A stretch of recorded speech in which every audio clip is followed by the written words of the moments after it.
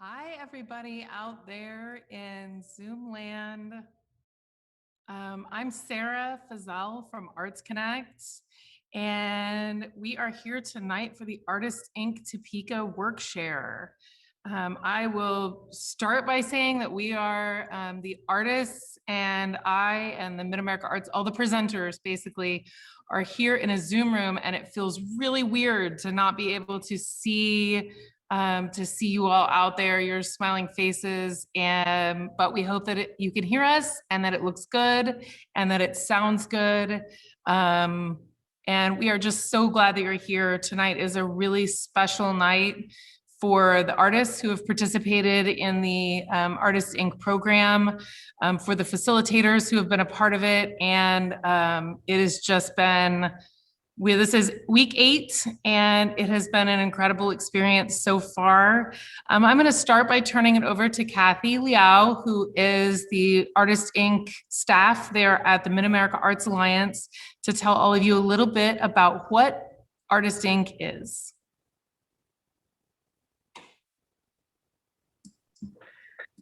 Hi, everyone. Welcome tonight. This is so exciting. Thank you, Sarah.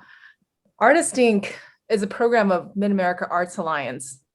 It is founded back in 2009, and this program has reached thousands of individual artists of all disciplines across the Mid-America Arts Alliance region. This program has been delivered to artists in Arkansas and Nebraska and Oklahoma, Texas, Missouri, and we are so glad to be working with these amazing artists here in Topeka. In thinking of Artist Inc., we really think about Artist Inc. program as a way of empowering artists of all disciplines by connecting them to tools and resources and opportunities necessary to develop their entrepreneurial skills, to strengthen their artistic practice.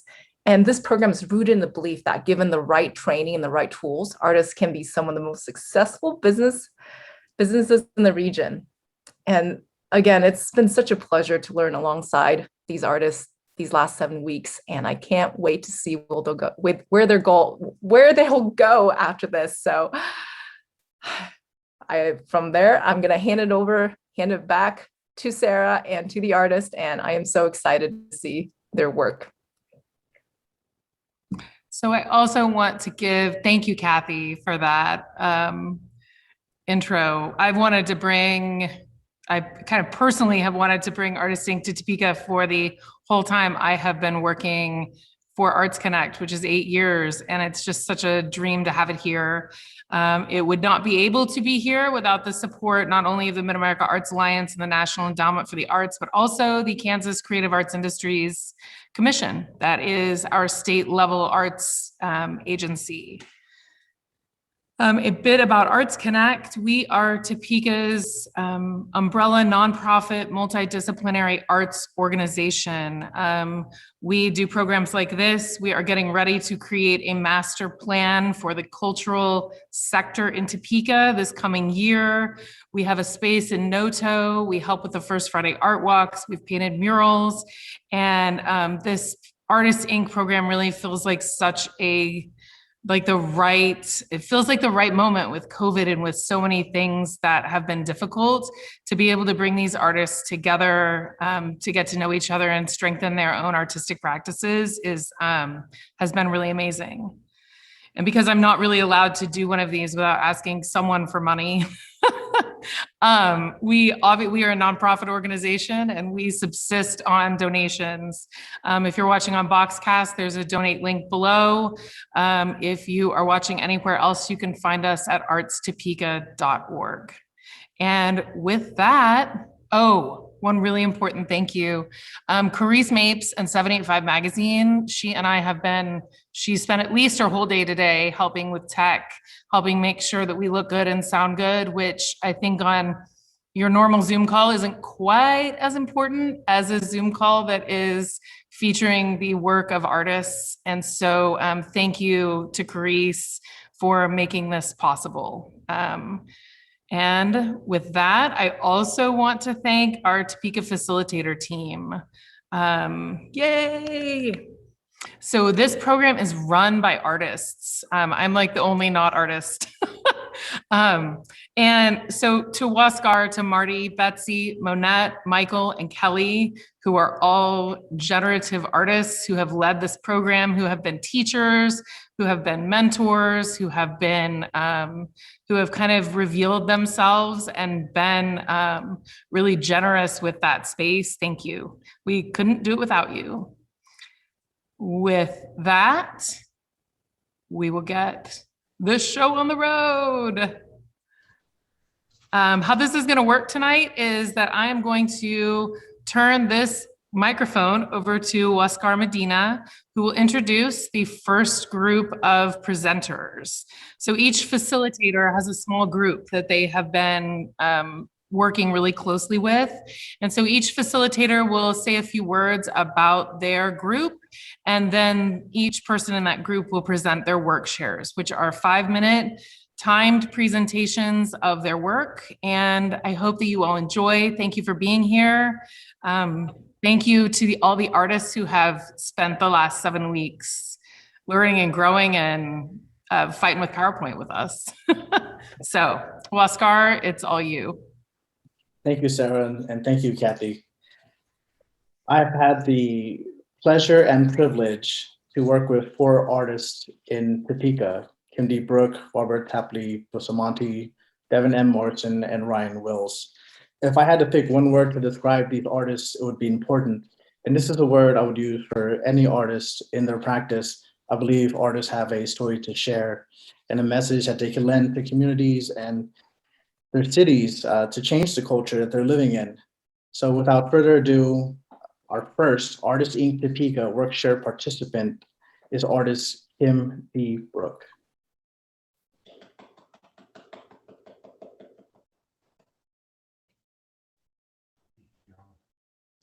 Hello, my story begins in South Korea as Chunhee Kim, number 6488. 6488 was the number given to me by the orphanage I went to after I was found in a box next to train tracks. When I was 2.5 years old, a couple who immigrated from the Netherlands to New Jersey adopted me. No longer was I number 6488. Instead, I became their youngest daughter and the number 6 sibling. While I looked different with brown skin, brown eyes, and black hair, I was loved and treated equally by my parents and siblings. Outside of my family, however, existed a different reality. Growing up and figuring out my identity in a primarily white community and family could be confusing. My survival was, I learned, based on 2 things: being a cultural chameleon and sharing meals together. The most special meals were served on what we called the anniversary dishes. Those were the dishes my father gave my mother as a wedding gift and were represented to me belonging, community, and love. The impact and memories of the anniversary dishes came into play many years later when I decided to change my college major from linguistics to ceramics. Even though I was taught by my immigrant parents that art was a hobby, not a career, I decided to pursue what brought me joy after attempting other careers which did not bring me joy. And as a newly declared art student at the age of 35, I again found my way in a community where I was different. There were difficulties for sure. Older than the other students, I had different priorities. Also, I was still brown in a sea of white. My ceramics fell into the same pattern. My peers primarily worked with stoneware clay, sculptures, and wood firing. I, however, wanted to make functional work from porcelain clay. So once more, my survival revolved around being a cultural chameleon and meals together. So amidst all the late night snacks, pizza parties, and potlucks, I began using porcelain clay. An aha moment happened when I experimented with the process called water etching. With it, I could give my pieces subtle texture and still maintain the integrity of the porcelain by leaving unglazed parts and using minimal color. It also allowed me to focus on giving my pieces space, volume, and breadth instead of colorful glazes. But the strongest impact on my art practice was my mother's death. After her death, my deep sadness made my days dull and gray. I didn't know what to do, so once more, I survived by being a chameleon and sharing meals.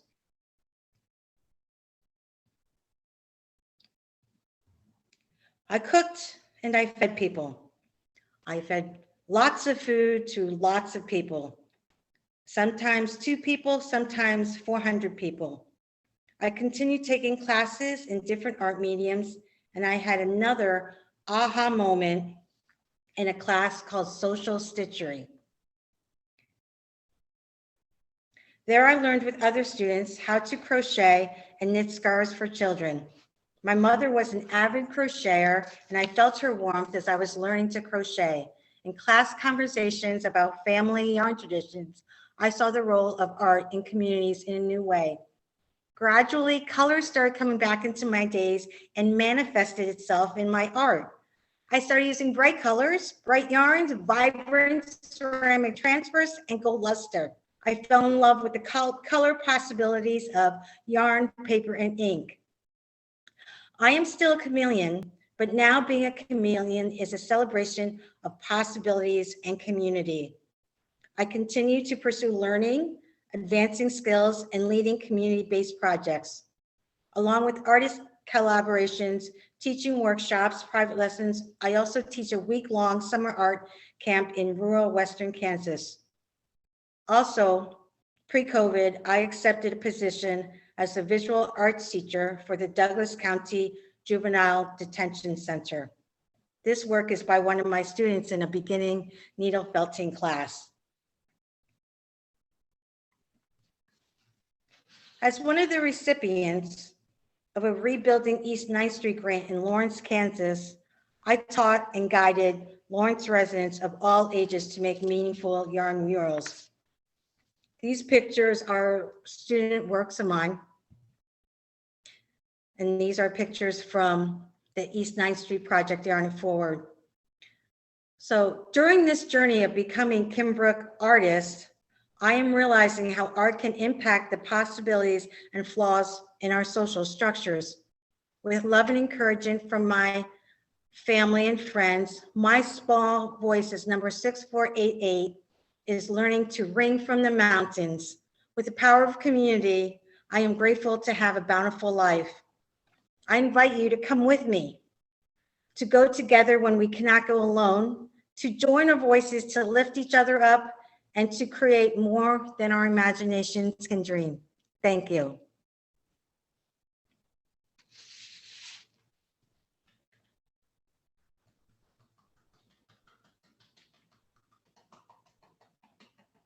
Okay. You did it. I did it. Myself. It went- Okay, so it's showtime. Okay, am I on? Am I going? Okay, so wait. Hello, my name is Robert Tapley Bustamante. My artist name is Visual Soul, which I formed into a company brand back in the year 2000 while living in Kansas City for 2 decades. I have a BFA in graphic design. I go by many names. Some call me Busta, Big Bob Marino, Weirdo, to the heck if I know. Buckle your seatbelts as I delve into my WorkShare presentation. Okay. Am I a weirdo? Yeah, so what? You would be too, raised around highly questionable characters spewing from TV wearing spandex. I'm an 80s kid influenced by a buffet of creative gumbo, as I affectionately call it. I witnessed many forms of artistic bravery by innovators who let me know it was okay to be daring, bold, and strange. Simply put, I am a biracial kind of high-powered creative mutant. My financial years leading up to me discovering my artistic talent was devastatingly lonely. No one knew what to make of me, and neither did I until I met this very special woman. She was from a prestigious design firm. Her name is DK Holland, and she's a founding partner of the Inquiring Minds Institute and formed a kids council to encourage kids to be curious and courageous about their futures. So this piece at the left is titled The Freedom to Pursue Our Dreams, and the piece at right is titled Incognito, which won Best of Show at a Lenexa City Hall art show centering around the theme of Latino artworks. Both pieces can be seen in my art show at ArtsConnect, currently on display in Noto. Sketchbooks are a deeply important part of my artistic process. This is how I value my thoughts as an artist, by having complete freedom to explore ideas and concepts in a space free from prying eyes and mouth breathers. These pages do not get seen by many on purpose. It is for me and me only. Do not ask to see. If I invite you in, it is because I value your opinion. Stencils. Stencils are a simple way for me to control where the spray paint goes and where it doesn't go. Here's a stencil I made out of a plain piece of poster board. First, I sketch my intended subject matter, then I hand cut with an X-Acto blade. Stencils enable me to replicate forms and to iterate different color combinations rapidly.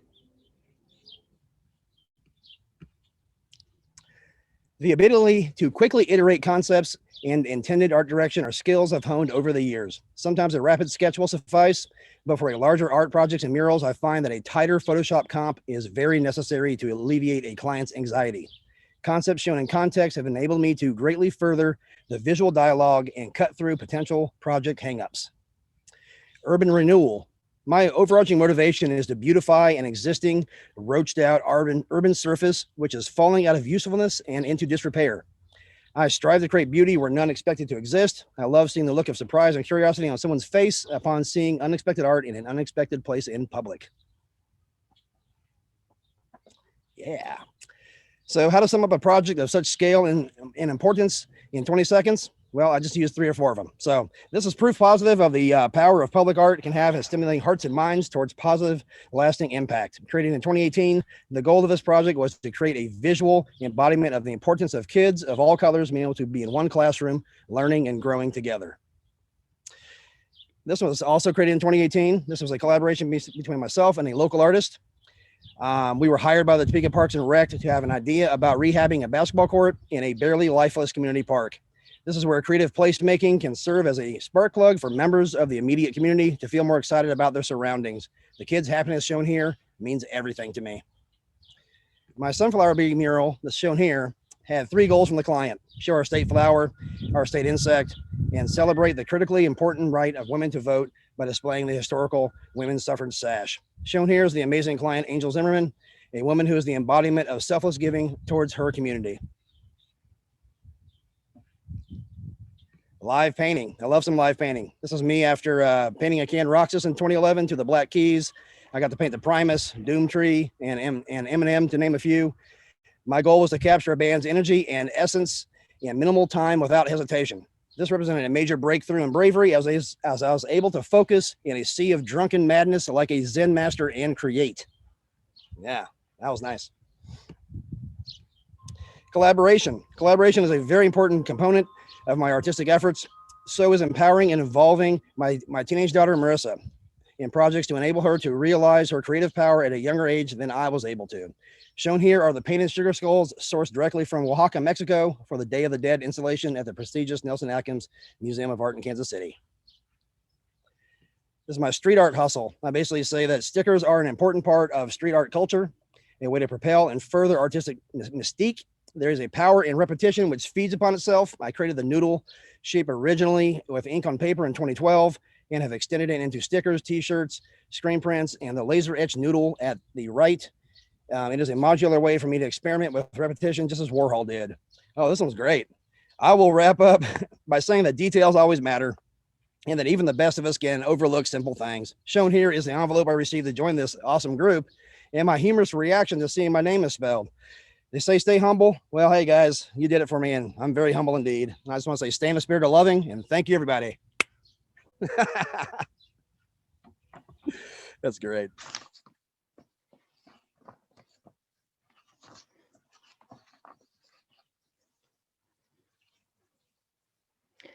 Hello, everyone. My name is Davin Morrison, and I've lived in Topeka, Kansas for over 2 decades. I'm a multimedia artist, sci-fi writer, DIY cosplayer, and a solo entrepreneur who runs 2 businesses. Today, I will be sharing my art journey with you guys.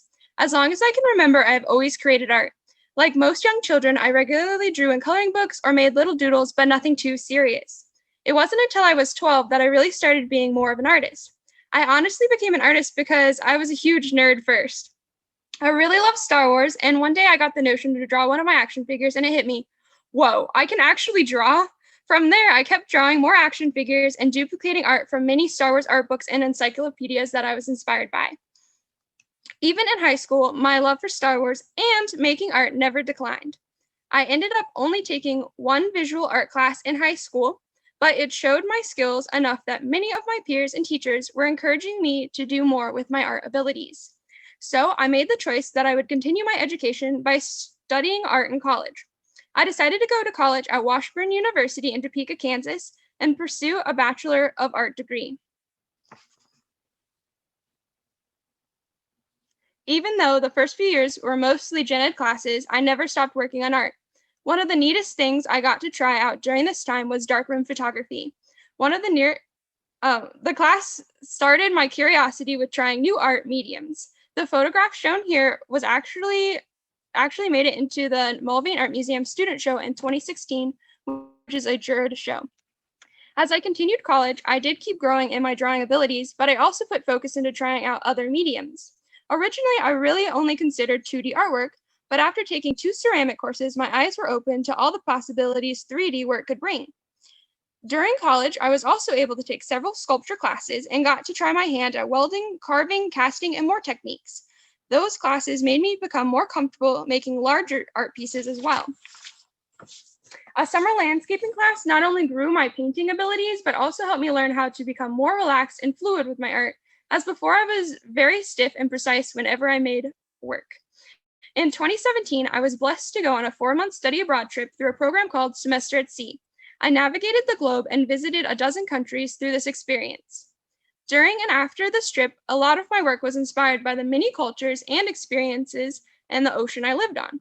The paper cranes shown here were based off display cases filled with hundreds of donated paper cranes near the Children's Monument in Hiroshima, Japan, while the Ganesian dancers were inspired by a dance performance shared with us during a naming ceremony at a small village in Ghana.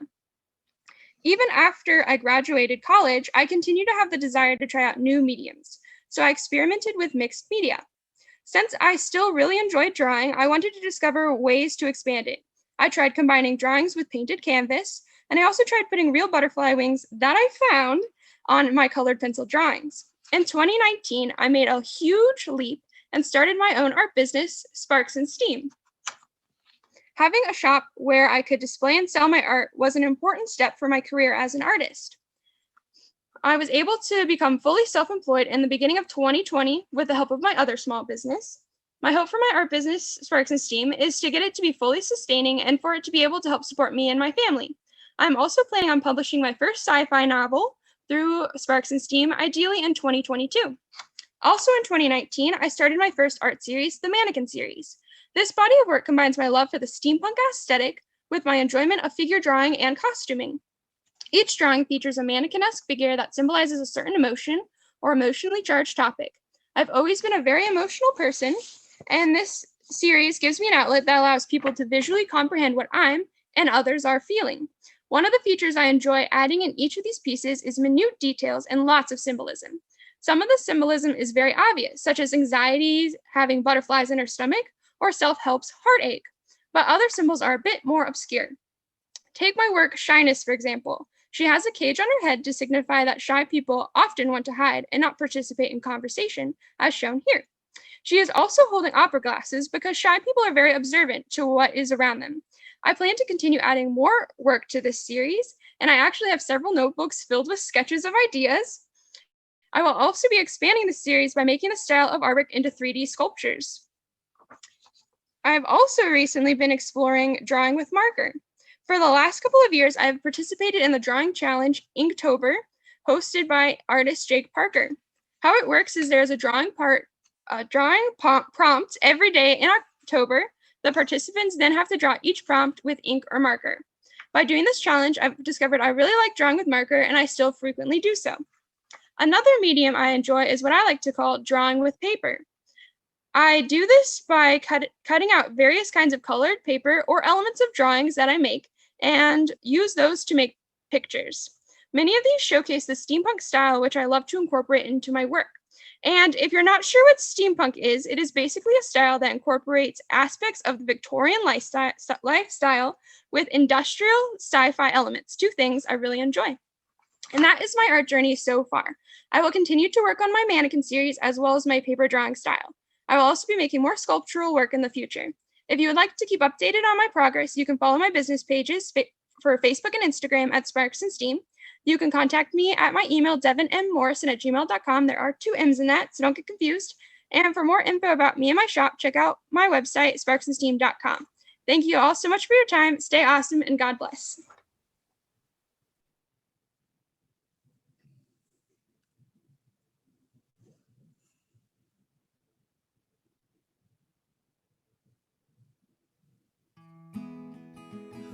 Hi everyone, my name is Ryan Wills. I'm a singer-songwriter, musician, performer, and recording artist from Topeka, Kansas. I primarily create acoustic pop and alternative folk music, although I am certainly inspired and influenced by other genres as well. Writing, performing, and singing have been a part of who I am ever since I was little. In fact, as far back as I can remember, I always thought my life was a movie and I was attempting to write the soundtrack to it. Said I'd leave, but I just stayed. And now this place is showing age. My songs are at times paradoxical in nature. I like to create lyrics and melodies that are non-dual, allowing the listener to both simultaneously experience the pain and the beauty that life has to offer. The song you hear in the background is entitled Storm That I Once Was. It's part of my 3rd studio album entitled Kansas. There's some other examples of work from that project. Take me back to Kansas and lead me by the hand. Only our love gets through. The visuals you see are individual examples of cover art that I created for each track. I also had the pleasure of working with my dad, who produced, engineered, and did all of the instrumentation. Did I sing for love or just for validation? There are certain themes I visit in my Did I look for my God or did I look for my salvation? spirituality. Did I die awake or did I live asleep? Introspection. Was I dancing on the surface? Was I drowning in the deep? Meaning. And of course, love. One day she'll change her mind. She'll look you in the eyes and she'll turn around.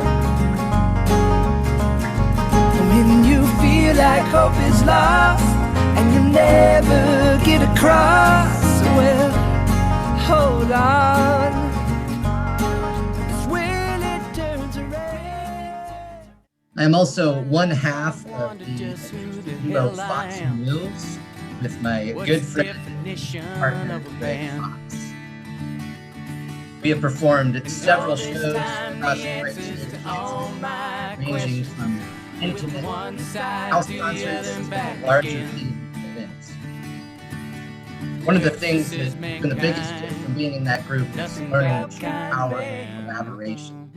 It's been invaluable to have a fellow singer-songwriter to bounce ideas off of, as well as create with. That said, we've always tried to honor each other's individual art as well as craft together. In 2016, we released our first full-length album entitled Parallel Lives. The title was derived from the realization that we had similar journeys. We both left home with art and music, only to be led back to where we began. Lately, I've been creating work that focuses on the subject of the sacred object, that illusory item that would make one whole and complete. I used to think that's what music was. I now realize my music is created in a continual pursuit of never finding it. My songs are no longer destinations, but mile markers along the way. It's funny, my dreams have started to become true the moment I no longer needed them to be happy. Most of the time I am content now creating in the pleasure of my own home, surrounded by my family and the everyday chaos of life. I'm currently working on my 4th album, which I hope to release at the end of the year on vinyl. For information on it, as well as access to the rest of my work, you can follow me on Facebook and Instagram under Ryan Wills Music. Thank you so much, and much love.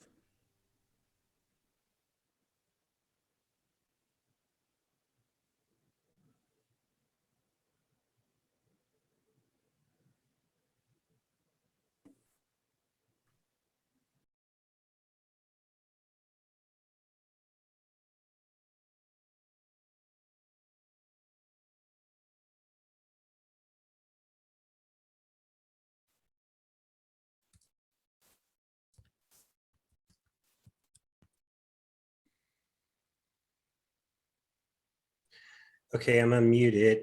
I sure do apologize. I couldn't hear the transition, so hopefully everybody can hear me. I am one of 2 co-facilitators for Group 2. My name is Marty Hillard. I was really fortunate to facilitate alongside Kelly Yarbrough, a wonderful artist that I really enjoyed getting to know. Very excited to see and help share the work, share presentations from Group 2, Anthony Braun, Angela Lexow, Kyra Miller, Paul Rudy, Nathan Short. We just really had an excellent time getting to know one another, being able to share space with one another. And I think we had some really great breakthroughs very early on. So just really proud of these 5 individuals and their willingness to share themselves and share their art with us. And I'll go ahead and pass it to Kelly so she can share a few words as well. Thanks, Marty. It's been an honor to be part of the program these past 8 weeks, and a sincere honor to co-facilitate with Marty. The professionalism and the experience that you bring to this has just blown me away. And yes, it's been a privilege to work with you.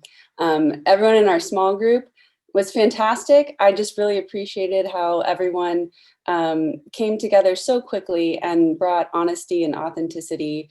And this program is not a small amount of work, and everyone really gave 100% every week. And I think we all had a really meaningful time together. So I'm very grateful to all of you. We are the only small group with 2 facilitators, and my name being Kelly and Marty being Marty, we did kind of fall into a pretty sweet small group name. We are Team Kmart.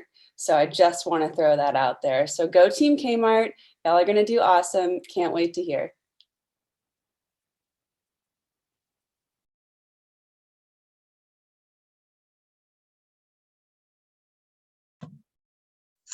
Right. Hopefully everyone can hear me. I'd first like to say thanks to everyone at Art Inc. and my facilitators. I'm Anthony Braun. I'm a project manager, a writer, and an artist. My story basically starts in rural southern Utah. I had to carry water and cut wood. I'm probably one of the only people that you'll meet that had to do their homework by candlelight. And so I had to build these fires for my family, and I used National Geographic magazines to do that. And that really gave me my view or scope of the world. In a lot of ways, that's how I got to understand the world and its vastness, and through projects. And so my art journey really starts about a year ago. I decided that I wanted to focus my art or my craft on capturing different things that I felt in the community. Or so, for example, this one that's titled Seattle, I wanted to show the chaos that Seattle has with its traffic and whatnot. And with Votes for Women, I wanted to really showcase women and their ability to really make decisions and to really do things for themselves. I'm a big advocate of that. And so I wanted to represent that in a piece. And so continuing on, my art's evolved a lot. And so what I really try to showcase is our characters and character development. And so pieces like 7 a.m. shows the discipline of a character of a woman that is up and at our shop at 7 a.m. And it really speaks to just the discipline and what that takes to do routine things routinely. And then with settlers, I wanted to show how, well, I'll continue on with Serenade. That one thing I wanted to showcase here was this love affair between this soldier and this lady.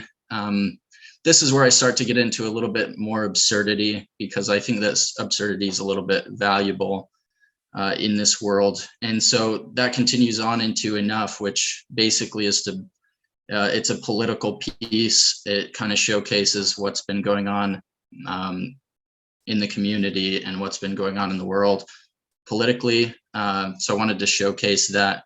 And then another part of people are these different elements of ourselves, which I wanted to showcase in the sailor. He's kind of composed of all these different pieces that make up his personality or who he is, but maybe speak to more of him as a character as well, all the way down into what Victory Run represents. So this is a piece on PTSD and being able to overcome it, and the contrast between black and white. Now, on my art journey, I've been really fortunate to get this piece in a contemporary art gallery in Phoenix. This was big for me because it was one of the first pieces that made it within the past year, and really got me a seat, I would say, at the table. So this slide kind of shows how I'm in the exhibit and how I'm with a bunch of, 85 other professional artists, which was, again, just a big win for me. And it was cool talking to the curator about that, because she said, well, you're one of 85 and over 1,000 people applied for this. But my art, like myself, has continued to evolve. And so I wanted to move away away from everything being so structured and perfect. And so I wanted to get a little bit bombastic. And so with this piece, Restricted, I wanted to really showcase how I could use collage and a lot of different styles to be able to make that evolution possible. And as I continue to evolve, I'm starting to see more importance in the abstract as well, because I realized that what that showed, like what abstract pieces are able to convey, is this feeling of connection or just more energy and emotion that you can't necessarily get, or that maybe you'd be trying too hard to get in other pieces. So that passion I want to show is that, the passion is there, and sometimes it's hard to talk about and speak about, but it's still there. Now, if you want to connect with me, or if you're interested in collaborating and whatnot, I've provided my business card and a QR code. That's all I have for you guys. But again, I just want to thank everybody so much for your time, and my facilitators, who were absolutely amazing. Thank you, Kelly. Thank you, Marty. It's been a pleasure working with you guys. Thank you. Thank everyone so much.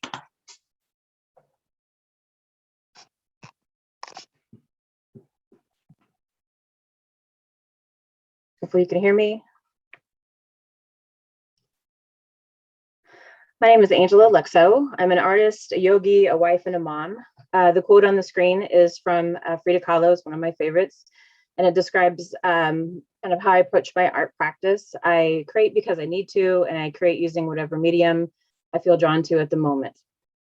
After college, I moved around a few times, and I was trying to figure out what came next. I had a lot of jobs back then. Some were art related, some were not. But I was lucky enough to work in a gallery in downtown Kansas City, and also as an art instructor at a art center, both kind of helping me figure out what I was going to do in many ways. That time I was experimenting with flowers and landscapes and abstraction, kind of trying to find my style and maybe even my medium. After feeling a little frustrated artistically, I turned to 3D art and fine art gourds. I had always loved shop class in middle school and ceramics in college, and this kind of felt like a combination of the two. Boards have so many possibilities, both functional and decorative. I use dyes and paints and stains, antlers, beads, pine needles, and pyrography to create my pieces. I love the challenges that some of the gourds have, both in their shape, but also in their inherent kind of quirks and the weirdnesses of their surfaces and in the skin. The challenge of transforming a humble gourd into a work of art was always a fun adventure.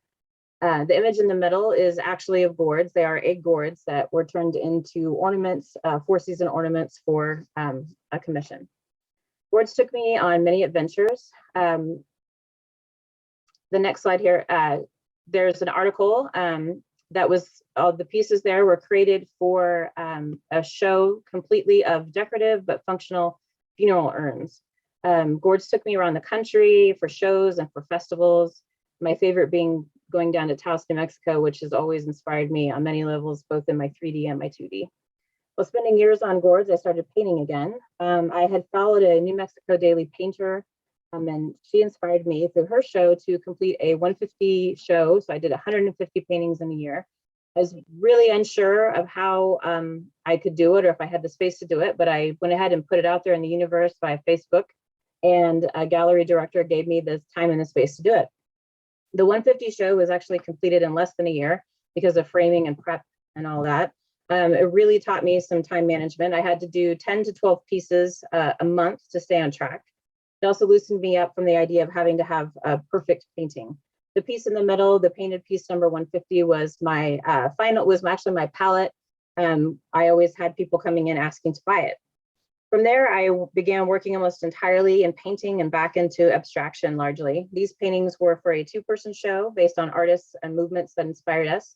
I have so many artists that inspire me, but three that I show here were Mark Rothko, Robert Motherwell, and Richard Devencorn. A side project I like to work on when I can is steampunk art. Steampunk is just fun and includes cosplay, and I love the kind of odd little world that steampunk creates. The bottom left is a Nerf gun reimagined for cosplay, and the birds are some of my favorite things to create. They literally fly off of my shelf out of my studio as soon as I get them done. While I was working on the 150 show, I collected quite a lot of poetry, and I used some even then for inspiration, and these pieces were based entirely on poetry by Pablo Neruda, Max Ehrmann, and Ted Hughes. I still have quite a stack of poetry, and I always am looking for inspiring words, both from local and famous artists, to create future pieces with. I've been a practicing yogi and a yoga teacher for 8 years, and I owned a studio for nearly 5 years. The tenets of yoga influenced my life and art, and I try to use them in all aspects of my life. I find religious imagery fascinating, and I use it frequently. I've also started to create jewelry. Shown in the middle here is a mala. It's very much like a rosary, and it's used during meditation. I'm obsessed with anatomical hearts. I love that they can be symbolic, wearing your heart on your sleeve, or they can be realistic and graphic. These hearts were commissioned, and they have natural and spiritual elements added to them. And the background has been collaged with vintage heart medication prescriptions. I continue to give myself challenges. I try to give myself at least one a year, and that's usually in October for Inktober, which is Halloween themed. Sometimes I do some in the spring that I make up my own. These challenges all have prompts, so I use the prompt to create a small piece a day based on that prompt. The challenges are a great way to help me boost my creativity, to keep my skills sharp, and to just get me kind of re-motivated. Over the past year or so, I've been connecting with the outdoors and nature, drawn to be creating just a little less abstractly. My current work has been mostly drawings on paper. I've been exploring flora and fauna, seasons, and the wheel of the year, and myths and legends. I'm currently locally showing at Two Wolves Artist Den. I'm active on Facebook and especially on Instagram, which is where I post most of my challenge drawings and all of my new work. So please check out my social media or my website for more about me or my work, or if you want to connect. Thanks for listening.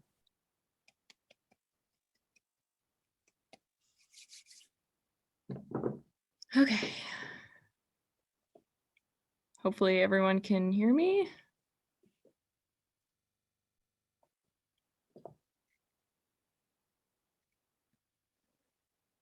Okay.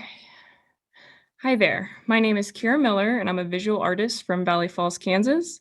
I received my Bachelor of Fine Arts degree from Washburn University in 2020, and I currently work as a freelance artist out of my home studio. In this presentation, I'll be talking about how my work has evolved over the past 5 years. These next 4 slides are from my Creatures of Habit series, and even though I work with a variety of mediums, the central theme across most of my work explores the complex relationship humans have with comfort. This theme is important to me as being out of my own comfort zone has and continues to be deeply challenging for me. The inspiration behind most of my work has stemmed from moments in my life where I've had to adjust to abrupt changes. And through interactions between animals, plants, and objects in my work, I create narratives that are metaphorical for how humans react to being removed from their comfort zone. And not only do I want to capture their response to unfamiliar experiences, but also how they navigate them and grow from them. And animals are an important subject in my work. I have always been inspired by how they react to change or discomfort. They deploy unique defense mechanisms when threatened, such as this armadillo, or they evolve characteristics over time to better fit into their environment. On the other hand, when humans are faced with change, their defense mechanisms are more subtle or completely hidden behind an emotional facade. And therefore, human emotion takes the form of animals in my work, telling stories through their body language and behavior. I use them as an expression of the inner struggle humans experience when faced with unfamiliar circumstances. So my junior year of college, I had the opportunity to study abroad in Belgium, and it made me realize that change that we actively choose to pursue can still be extremely difficult. And as I arrived and unpacked my suitcase, I became overwhelmed with emotion and begged my mom to let me come home. I was absolutely terrified, and I couldn't see myself getting past it. My mom responded, "If you still feel this way in 2 weeks, you're welcome to come back." And I agreed to stick it out, and I am so glad that I did, because art became a way for me to cope with these intense feelings of homesickness and navigate culture shock. And as each day went by, I drew about the experiences where I felt discomfort. I rendered the unfamiliar environments and experiences in a more abstract style, while I used a familiar style to depict moments in which I felt comfort through newly acquired habits and routines. And these habits included cooking familiar recipes, decorating my room, and going for repeated walks to familiarize myself with town. Towards the end of my trip, I finally grew to love the town that I was living in, and all the things that scared me at first were things that I eventually looked forward to the most. And when I returned to the United States, I definitely wasn't expecting to have a hard time adjusting back to what normal life was. In fact, I don't think I ever returned to the same life. I actually felt more confident, having conquered a huge personal challenge, and I began experimenting more with my art practice. I began trying new styles and mediums such as printmaking, ceramics, and multimedia sculpture. I even played around with size, as you can see from this massive print that we had to use a small steamroller for instead of a press. I became fascinated with the ability to turn elements from my illustrative work into tangible objects, giving the viewer a different perspective of my work. I began looking for ways to combine two-dimensional and three-dimensional mediums to express the discomfort of living between familiarity and the unknown. I also like that three-dimensional work also allows the viewer to interact with the pieces in an entirely new way. So through the sculptures titled Birdhouse and Improvisation, I wanted to encourage the viewer to investigate all sides of the structures and make little discoveries, such as the small porcelain bird tucked away inside. I then began experimenting even further by creating multimedia sculptures. I wanted the viewer to become even more immersed in my work. So this particular piece is an installation of 4 infinity mirrors that form the shape of a window. And it's hard to tell through the photographs, but when the viewer looks at it in person, it appears as if the moths go on forever, and it kind of encourages them to lean into it and look further. More recently, I've been incorporating functionality into my pieces while still sticking to the theme of animal behavior and defense mechanisms. And as you view my work, whether it be an illustration, a sculpture, or a coffee cup, I hope that it creates an awareness to the constant state of adaptation that humans experience during their lifetime, because I feel like the moments we branch out from what is familiar to us should be recognized, no matter how small. And if you're interested in seeing more of my work, I have a website, KyraMillerArt.com, or you can follow me on social media, Kyra Miller Art or at Kyra Miller Art on Instagram. Thank you all for listening.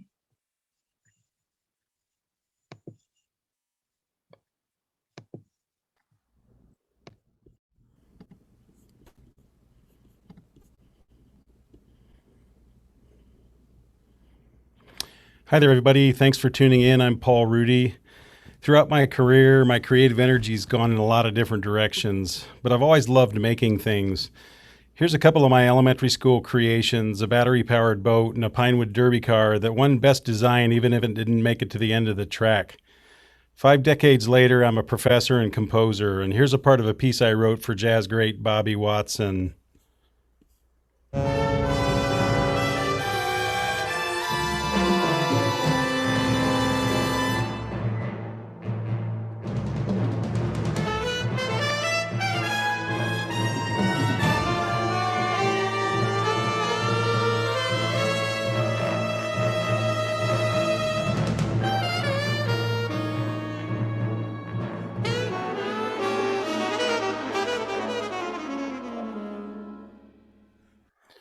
My electronic music is inspired by my diversity of experiences and uses sounds I've collected from all over the world.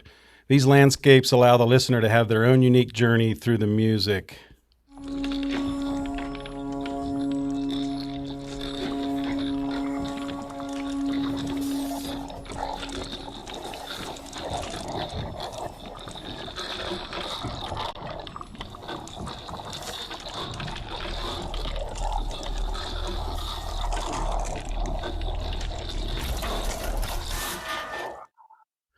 I composed 6 CDs leading up to the winter solstice in 2012 that are personal stories of awakening, healing, and transformation.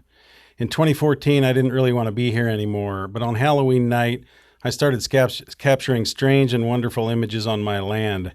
The mystery of life revealed itself and reignited my flame as the energies I had been composing with came to life in photographs.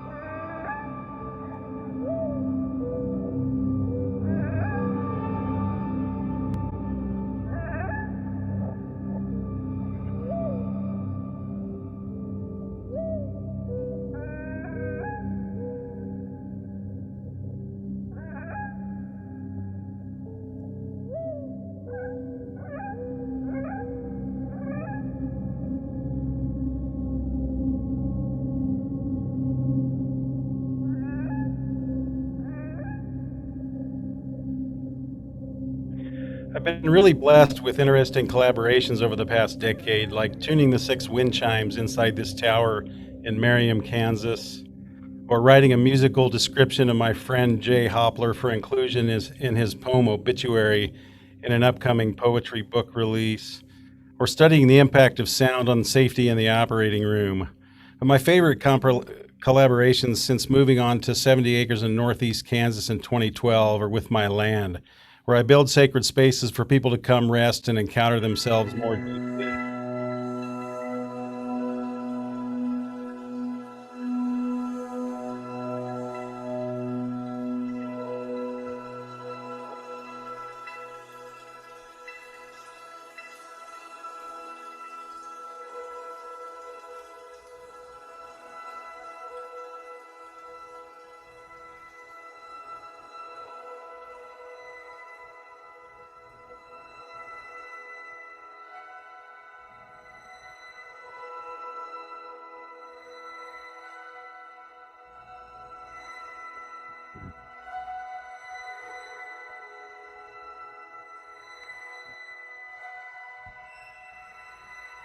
I teach, hold space, and create experiences for others.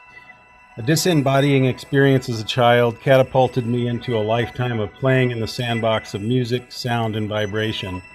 All of my endeavors have in common listening deeply, not just with my ears, but with my whole being. And that has led me to a personal daily practice of sound and to collaborative healing arts, helping others go deeper into their own integrated human experience.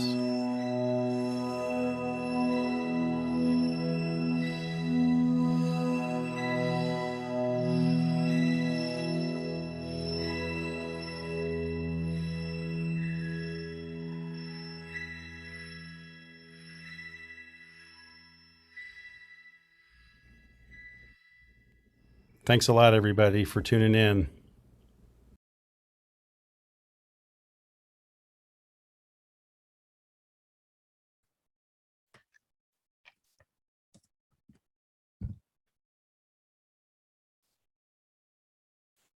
Hey, hi, hello, everybody.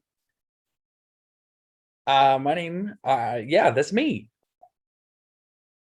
My name is Nathan Dale Short, and I am a performing artist. From the time I was 10, I knew that's what I was supposed to be doing. Ironically enough, though, that's not how it started out.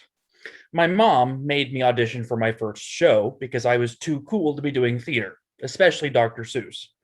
My first show was Seussical the Musical.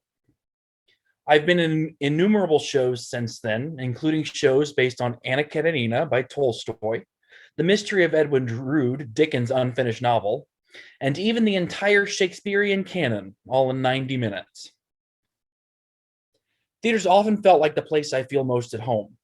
It gives me the freedom to explore feelings I wouldn't necessarily get to explore otherwise. From the Salem witch trials and the Crucible, to hoisting around a dead body a la Weekend at Bernie's and the farcical Too Many Cooks, to having to pay for the privilege to pee in Urinetown. One of my favorite roles I've ever played was Emile Debec in South Pacific. Not only was this a dream role, but it garnered me one of the greatest opportunities of my life. In college, we participated in the American College Theater Festival, hosted by the Kennedy Center, a week-long festival designated to recognizing excellence in college theater. One of the workshops there was a musical theater intensive where we worked with industry professionals and set up a cabaret performance at the end of the festival. Following this particular performance at this particular festival, I received a letter informing me I was one of 50 people from around the world selected for the Open Jar Institute. The Open Jar Institute is a week-long Broadway theater intensive. We had audition coaching, dance and vocal master classes with industry professionals, met with agents, saw 4 Broadway shows, and so much more, all in 1 week. I met some of the best friends I've ever made during that week, and I still keep in touch with a lot of them. I came back to my senior year at Emporia State University with a fever, and the only prescription was more theater. My last show at Emporia was Big River, which is based on Mark Twain's The Adventures of Huckleberry Finn. I played Pap Finn, Huck's dad, and the Duke, one of the con men for those who know the story. Opening night, following one of the big musical numbers led by the con men, the Royal Nonsuch, there was a slight technical issue. One of my favorite moments came from this technical issue. The scene following the big musical number was at a funeral, and in the middle of the stage was this long thread hanging from the rafters up above. It had been established prior that my character going along with the con was deaf and dumb. People could not get this string down from the ceiling, no matter how hard they tried, because they were trying to be discreet. So I was determined that I was going to do it. I made my entrance, deaf and dumb, crossed to the string and began to investigate. I began to bat it like a cat. I looked up to see where it was coming from, bat it like a cat some more. And my partner in the scene, the king, the other con man, shot me a look. I yanked the string down, balled it up, threw it in my top hat, and put my hat back on. We had to stop the show for laughter. At ACTF, the American College Theater Festival, the highlight was the Irene Ryan Acting Scholarship. Upward of 300 people were nominated from our region every year. I was nominated all 4 years at Emporia. My first year went fine. My second year went a little better. My third year, I made it to the semifinal round and placed 17th. They took the top 16 to finals. My final year, we took second.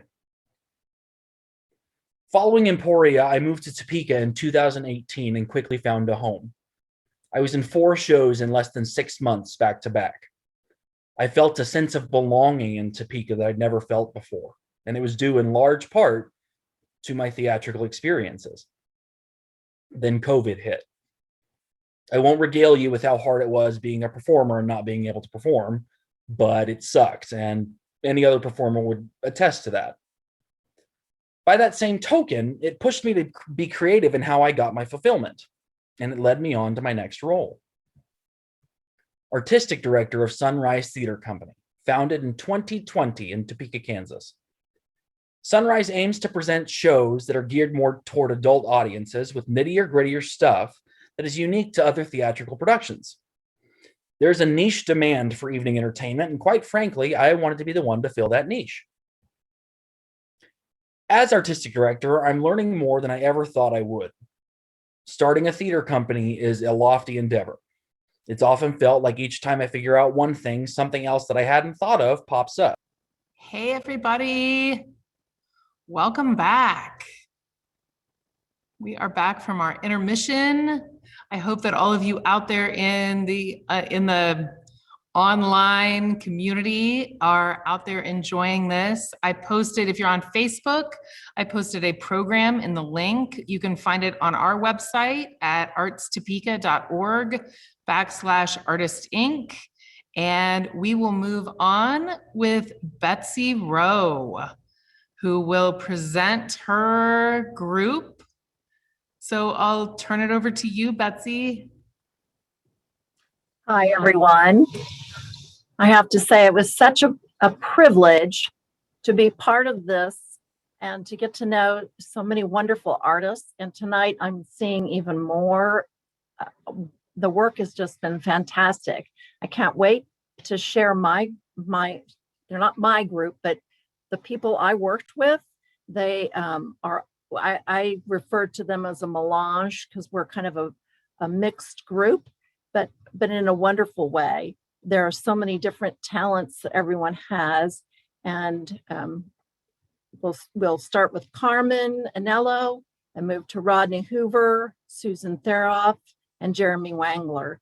I think the level of confidence has the ability for us to grow together has just been remarkable.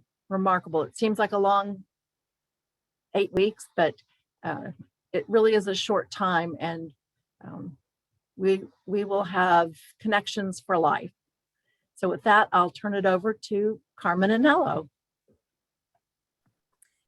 Hello, everyone. I am Carmen Anello, and I want to share with you what it is that drives me in my endeavors as a stage and film actor, a musician, and a sometimes model pretend, I like to put it. So one of the beautiful parts about stage work is that the simplest stage productions can have the biggest impact. Here on the flight path had 2 balconies created by a long concave wall, 2 sliding glass doors, and a 4-foot partial divider. However, the character and technical direction made this comedy really come to life.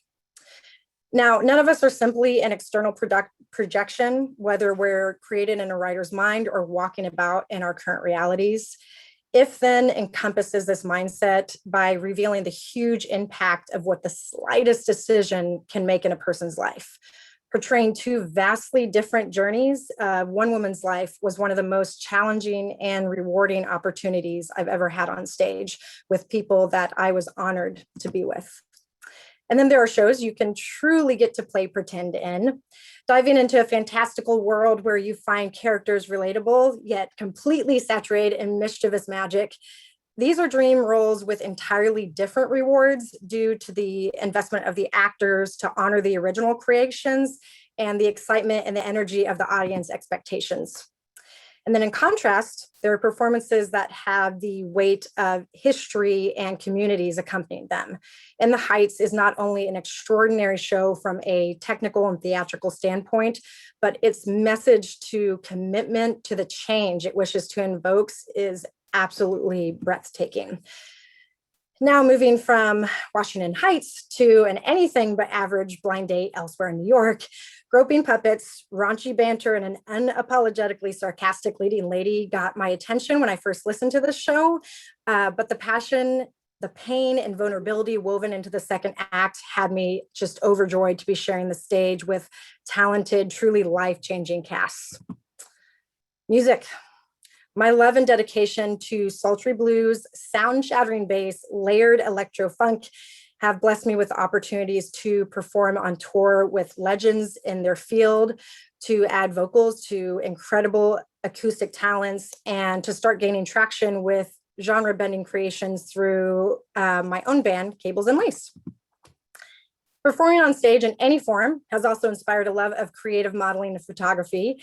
And I am unashamed of being a gal that loves sinuous lines and lighting, but I'm always excited to be transformed by talented artists via plaster, grit, paint, and imagination, like an old man here by the fabulous Jake Jackson.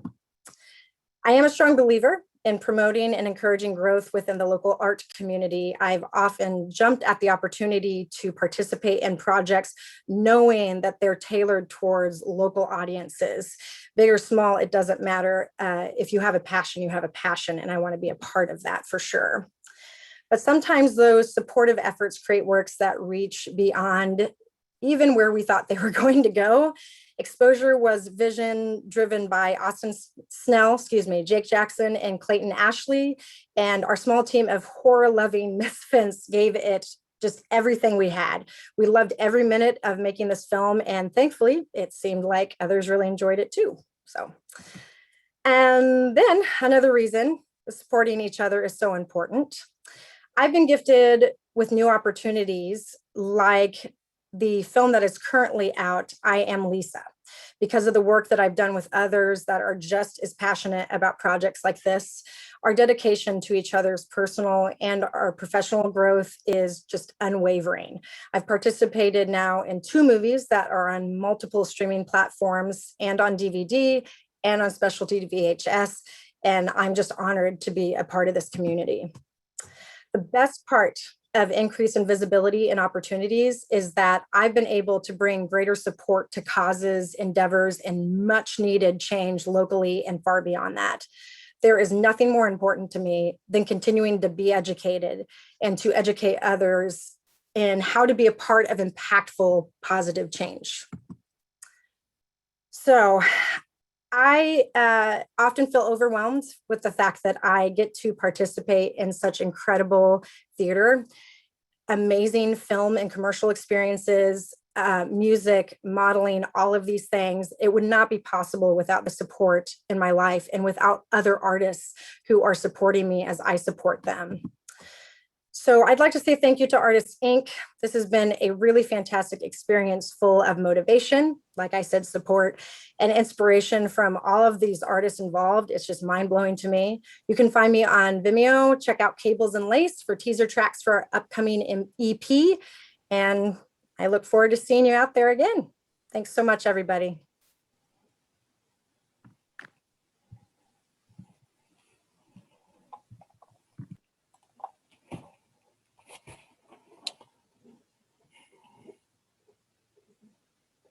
Hi, I'm Rodney Hoover, and my art has become unapologetically courageous.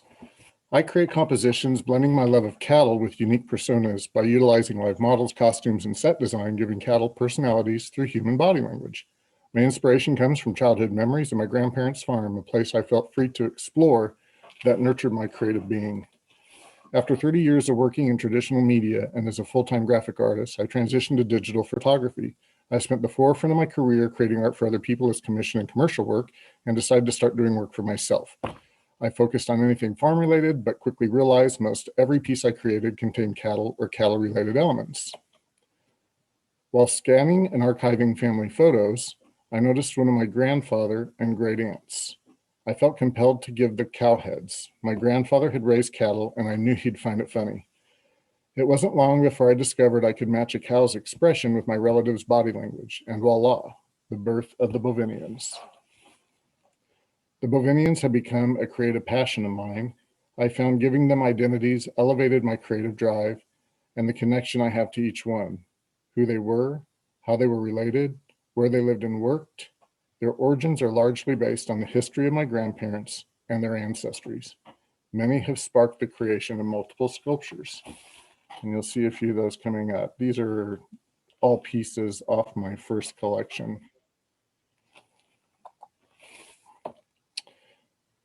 This is my haunted doll Cookie. She is sculpted of paper clay and mixed media. Her presence In my composite of Miss Judy Brownbay has inspired her creation. Her physical being has given Judy's image an aura of historical authenticity, helping to bring her character to life. At my Kansas City Public Library exhibit, many reported hearing children's whispers while enjoying Cookie's display. This bit of info was added to augment Cookie's identity. Then while at the Columbian Theater Gallery, a traveling paranormal team connected with her story and included her as part of her overnight investigation, and she has since been a guest at several events and venues. I was having trouble thinking of a way to add color to the Bavinians without infringing on the historical aesthetics of the originals, and then it hit me, something I never got to experience as a child. I developed a vision, and with tons of research, I began production on what became the Papa Mustowski Bavinian Circus and Freak Show. I started costume creation, and with my wife as production assistant, we hit every thrift store around. We purchased anything remotely resembling circus and incorporated it into character and set building. If we couldn't find something, local costume shops willingly loaned it to us. Everything came together perfectly as we began to organize the photo sessions. And my studio was a costume shop. After reaching out to several people, asking if they would join in my madness, I was surprised by the response. We had jugglers, unicyclists, a contortionist, people of all ages and all walks of life. In addition to my wife and daughters, we added more than 30 members to the ranks of the circus, and we had a blast doing it. I had had the opportunity to shoot some extraordinary animals for my collections, including the Guinness Book of World Records steer with the widest set of horns. I want to thank all the participating ranches for allowing me access to their incredible livestock, many of which have become permanent members of the circus family as well.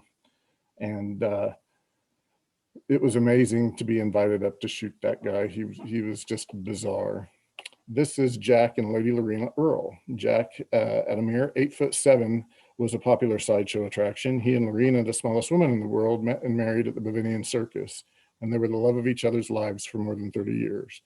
After creating their personas, costuming, photo shoots, and studio time, it took an estimated 38 hours to produce that one piece.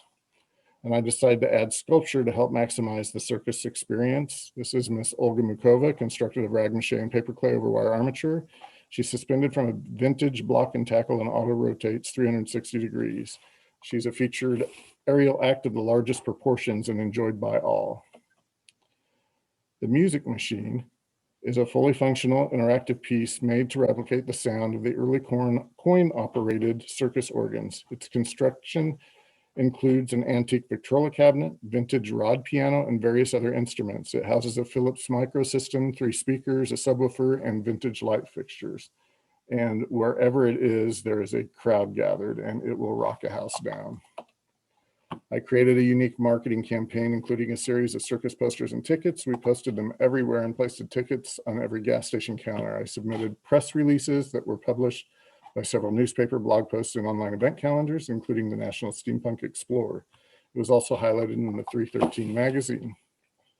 After more than 2 years of production, when completed, the show included more than 40 composites, 7 sculptures, and so much more. The realization of our marketing efforts came to the end of the opening day. An estimated 500 people from 4 different states explored the circus, which led to a 3-month exhibit extension. I'd like to thank everybody who made my vision and this body of work a reality.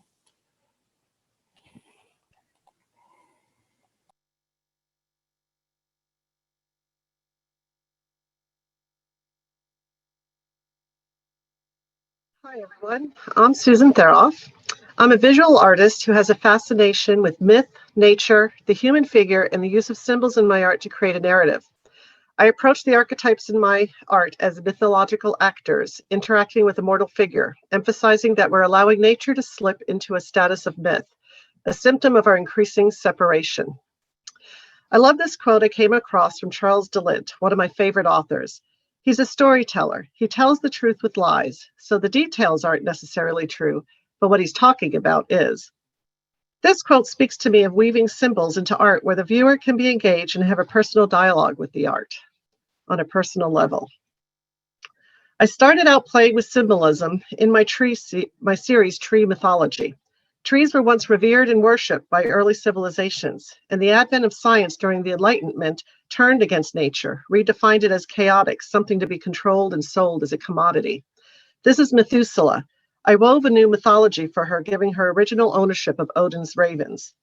The oracle at Dodona in Greece is currently credited to the god Zeus, but it was the goddess Dione that was first worshipped there. The doves are symbolic of 3 priestesses that resided in the oak tree and took requests of worshippers.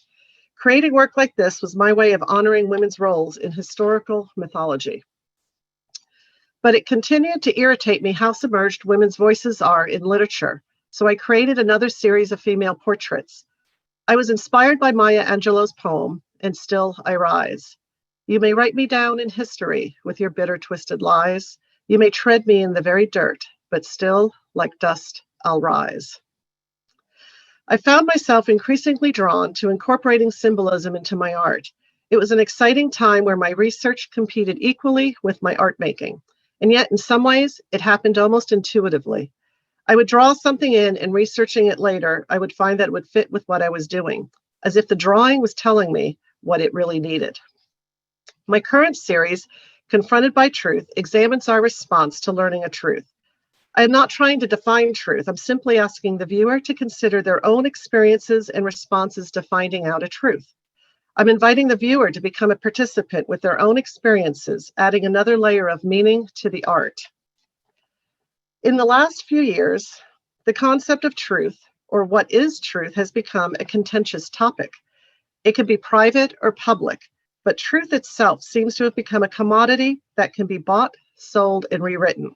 It seems we're moving into a time where we are not just being separated from nature, but truth as well. These are some of the actors, as I call them in these drawings. The raven, in many mythologies, is regarded as the bringer of light to this world. It is also associated with the god's messenger in the mortal world in Greek mythology. I chose the raven as the messenger of truth. And sometimes our response to a truth is also a response to the messenger. The life cycle of the moth shows us that there must be death for rebirth and growth to occur, such as giving up old beliefs for new truths. The cocoons represent a transformation, how our thoughts can undergo a metamorphosis in seeking truth and moving past false beliefs that may be holding us back. Moths themselves are regarded as symbols of the soul's desire to seek light and enlightenment. These are the internal truths we must reconcile with the world. The adult moth's impulse to seek light is very much symbolic of the soul that is drawn to knowledge and ultimate truth, or the divine truth. What would you see if you could see someone's thoughts? Here, they are represented as roses that symbolize innocence, as many of our thoughts start out. But the dead roses, as they are often portrayed here, are a representation of the end of something and letting go of old ways, a sign of needing to prune out our judgments and our self-held prejudices. Sometimes the truths that we tell ourselves can be at the same time the most difficult to protect and to transform, or even to let go of. Knowing how to speak them becomes even harder. Thorns as a symbol will take on a stronger role in this series as it represents a sacrifice. And I feel it begs the question of what do we sacrifice when we do not speak our truth? As an artist, I want people to pause for a moment and consider a different point of view, other people's truths. These last few years helped us realize how fragmented we are, showed us how much we lack empathy for others. We other each other so much we forget our connectedness. Art is a way of reminding us of those connections. I'll continue work on this series, so if you'd like to follow along, you can see my works in progress posted on my social media pages and website. And I hope you enjoyed the little tour behind the meanings, behind the work that I do. And thanks to everyone involved in Artist Inc. This has been a fantastic opportunity to help me gain clarity of what I do as an artist. Thanks.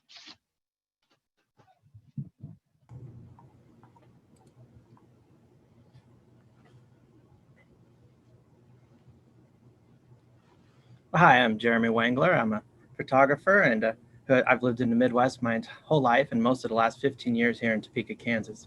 I consider myself a landscape, cityscape, and nature photographer who enjoys capturing the beauty of our world, but isn't afraid to point out some of the bad and the ugly. Tonight, I'll mostly be focusing on the beauty. Early 20th century photographer Henry Cartier-Bresson termed the phrase decisive moment. For me, it's magical moments, usually a series of moments when I'm at my best, my adrenaline is pumping, and I'm feeling the happiest. That's me at work on the top right, and on the left is one of those magic moments when the two arrows and the clouds all lined up. Those magic moments are often landscape moments for me. I stopped at this spot on the left out in western Kansas and probably spent half an hour photographing it and just enjoying the scene. Or the moment can be studying and enjoying a waterfall for a long time and then getting a long exposure photo of it to freeze time and capture the moment of the scene. And nothing gets my adrenaline and my anxiety going like trying to get to a good spot for a sunset or a sunrise. In this case, one beautiful morning this winter, I got the moon setting on on one side of the lake, and then minutes later, the sun came up on the other side. These were taken in 3 different spots that morning. As you can see from a few of these, I love the sun shining through an object in the foreground. It makes the object almost an all black or monochromatic silhouette while keeping all the colors in the background of the image. I think it lets the colors really speak to the emotion of the scene. Also love the Kansas prairie, as you can see. Nature and wildlife can be part of the moments. And then this next slide, I sat in my car and photographed these birds in the middle of the picture for at least an hour as the parent was flying around the field, catching grasshoppers and feeding its young. It was really fun watching them kind of fighting over who's next. The marmots in the top middle were all siblings staying close to their home, playing with each other. It's just a lot of fun watching these interactions. And humans are part of the magic moments, whether I'm posing somebody or capturing a random moment of joy, triumph, or surprise. I'll now focus on 2 of the projects where I've incorporated our landscape, the wildlife around us, and our own human interactions with it all. First is a project I did last spring at the start of COVID called Birds Are Dinosaurs. What do birds do to ensure the survival of their species? Everything. They are dinosaurs, descended from theropod dinosaurs, which first appeared more than 200 million years ago. The series looks closely at the features of everyday birds and the relationships we have sharing our space with them. And I added some toys to my yard as I waited for birds to come and kind of interact with them. In lockdown from COVID, I experienced a range of emotions, and I saw them in these images. I saw uncertainty, fear, and battle for dominance. I saw quick action and escape to safety. I saw a chance to reach out for an opportunity. I saw the loneliness of a solitary creature and the battle for attention or a position of one in the flock. And here are a few more shots of some dinosaur-like features of the birds. And then the image at the bottom is my favorite from this series. I think it just perfectly shows the survival instinct of birds. All 3 of them, for whatever reason, just took off all at once. They're a blur and you can just see a couple specks of food in the air. I love how a camera can capture these moments we wouldn't otherwise be able to see. And then the next series I'll talk about is an ongoing one called Confined to the Constraints, Constrained to the Confines. These are black and white images I've been working on the past few months, and I'm exploring our relationship with the natural environment and our human-made environment in this series. The series definitely draws on isolation, but not completely due to the pandemic and not completely in a negative way. Isolation can be an opportunity for deep thought and personal growth. Isolation can be a chance to reemerge in a better way, re-energized, focused, and free of what you don't want or need. There you see some examples of landscape, cityscape, and our interactions with both of them. And we see birds returning. The picture in the bottom left is maybe a reminder that they've been here a lot longer than us and they may still outlast us. And then pay attention to that hawk on the right. I spent a lot of time trying to get the perfect close-up of this hawk, but then in the next slide, you'll see I decided why not widen the shot and get the whole scene. It's not a perfect picture. The focus and lighting aren't great, but I love the composition, and it's my favorite shot so far in the Confined series. The result reminds us of how humans and other creatures all must share the same landscape. So I'll wrap up with a quote from Bresson. He said, "Of course, it's all luck." He also said your first 10,000 photographs are your worst. He worked in the time of film, so he didn't have as many chances to capture these decisive or magic moments. In the digital age, it's probably more like your first 500,000 photos are your worst. Either way, I'll keep shooting and looking for those magic moments. Thank you. You can always look me up at jeremywangler.com and Instagram at jeremy_Wangler. Thank you, and thank you to Artists Inc. for a great 8 weeks.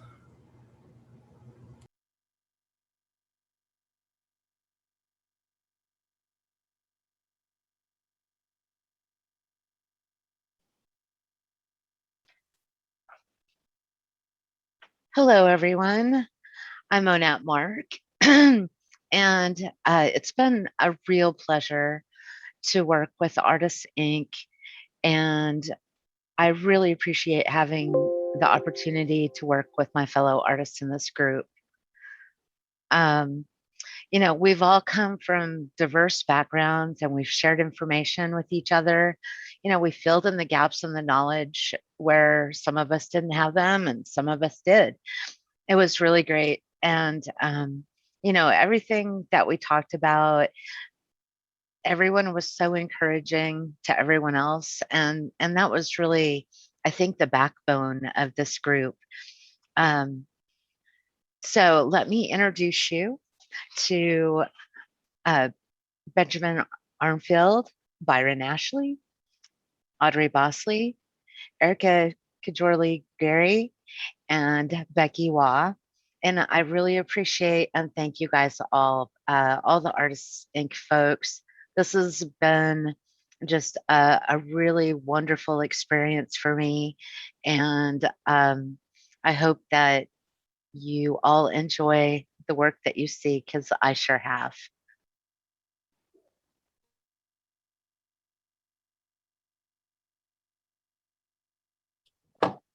Hi, I'm Ben Arnfield. I'm a painter that specializes in watercolor cityscape scenes meant to evoke nostalgia in the viewer. We live in uncertain times, so I feel that we should have little pieces of home to act as reminders where we came from to help us in moving forward. I'm a Canadian American who has lived across the east, west, and middle of the United States. I did a drawing correspondence course throughout my childhood, and I grew up doing various art workshops in graphite and color pencil drawing, as well as watercolor and oil painting. And when I came to painting, I started with watercolors and worked with them for a number of years, learning under multiple teachers. I like the crisp look that came with the medium, and it worked very well in conjunction with ink drawings, especially for the pen and wash style of painting, which is essentially a watercolor painting overlaying an ink drawing. Eventually, I got into oils and stuck with them due to how forgiving it is as a medium. I settled on water-soluble oils despite their toothpaste-like consistency, since they made for easier cleanup. I would make high contrast and black and white drawings to help improve my painting effectiveness. These drawings were known as no-tans. These no-tans have proven most instrumental. I draw them and convert them into digital files, then blow them up at Kinko's to use in conjunction with graphite paper to trace onto canvases for painting outlines. Little did I realize that these byproducts of my oil paintings would have hidden potential.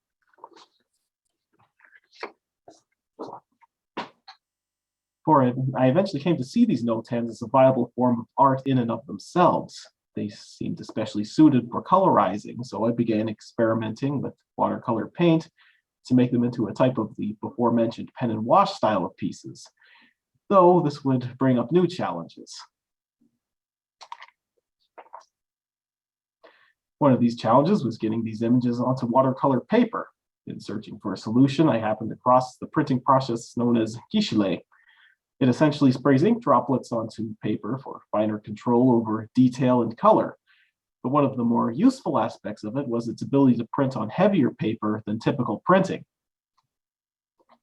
At this point, my work pretty much covered landscapes and animals, but I needed something specific to distinguish my brand.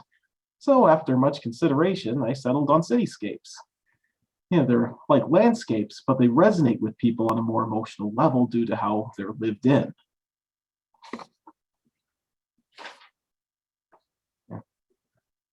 My watercolor and Guichely cityscapes act as a window into our past, more specifically into the time before the age of COVID, time in which we enjoyed our city streets, shops, and restaurants unfettered, footloose and mask-free, as it were. Now I'll describe how I make these pieces. I begin the process by using a city photograph of my choice to produce a no-tan-like drawing to depict the scene. As I draw it, I choose which details to keep and which to discard. This results in the visual brevity needed to make the scene effective, since a scene of convoluted detail is more of a headache than a trip down memory lane. Then I digitize these drawings and by using illustration software to eliminate paper pigmentation, thus leaving only the black of the ink. Then the scene is cropped to meet the dimensional needs of the printing stage. I keep these dimensions to 9 by 13, 13 by 20, and 20 by 28. 3 basic sizes derived from a watercolor paper sheet. The image is then printed onto a 140-pound sheet of watercolor paper via the Gishley printer. The end result is a crisp reproduction of the drawing on genuine watercolor paper that can be replicated as many times as desired, and in any size. I've noticed that standard commercial printings on such paper seems to be constrained to like 13 inches, a flaw that Gishley does not share. Then I paint these things. When it comes to the actual painting, I just tape it down in my studio, apply my watercolor technique to colorize it. Each piece ends up with its own painting job, so each one is unique from one another. So, not unlike a snowflake. And it's a matter of framing it myself or leaving it to up to the collector. Personally, I opt for a matte-less type of framing that exposes the rough edges of the paper, thus giving it a distinct look and revealing where the paint overlaps the edges of where the scene was printed, thus cementing that it is actually an original piece. And I've been involved with the Classic Bean in downtown Topeka for the past 3 years now, and just this year I got into the Jane Stevens Memorial Watercolor 3 show at the Southland Gallery. My work can be seen at my website of benarnfield.com, and I can be reached at my email address of ben@benarnfield.com. And thank you for your time.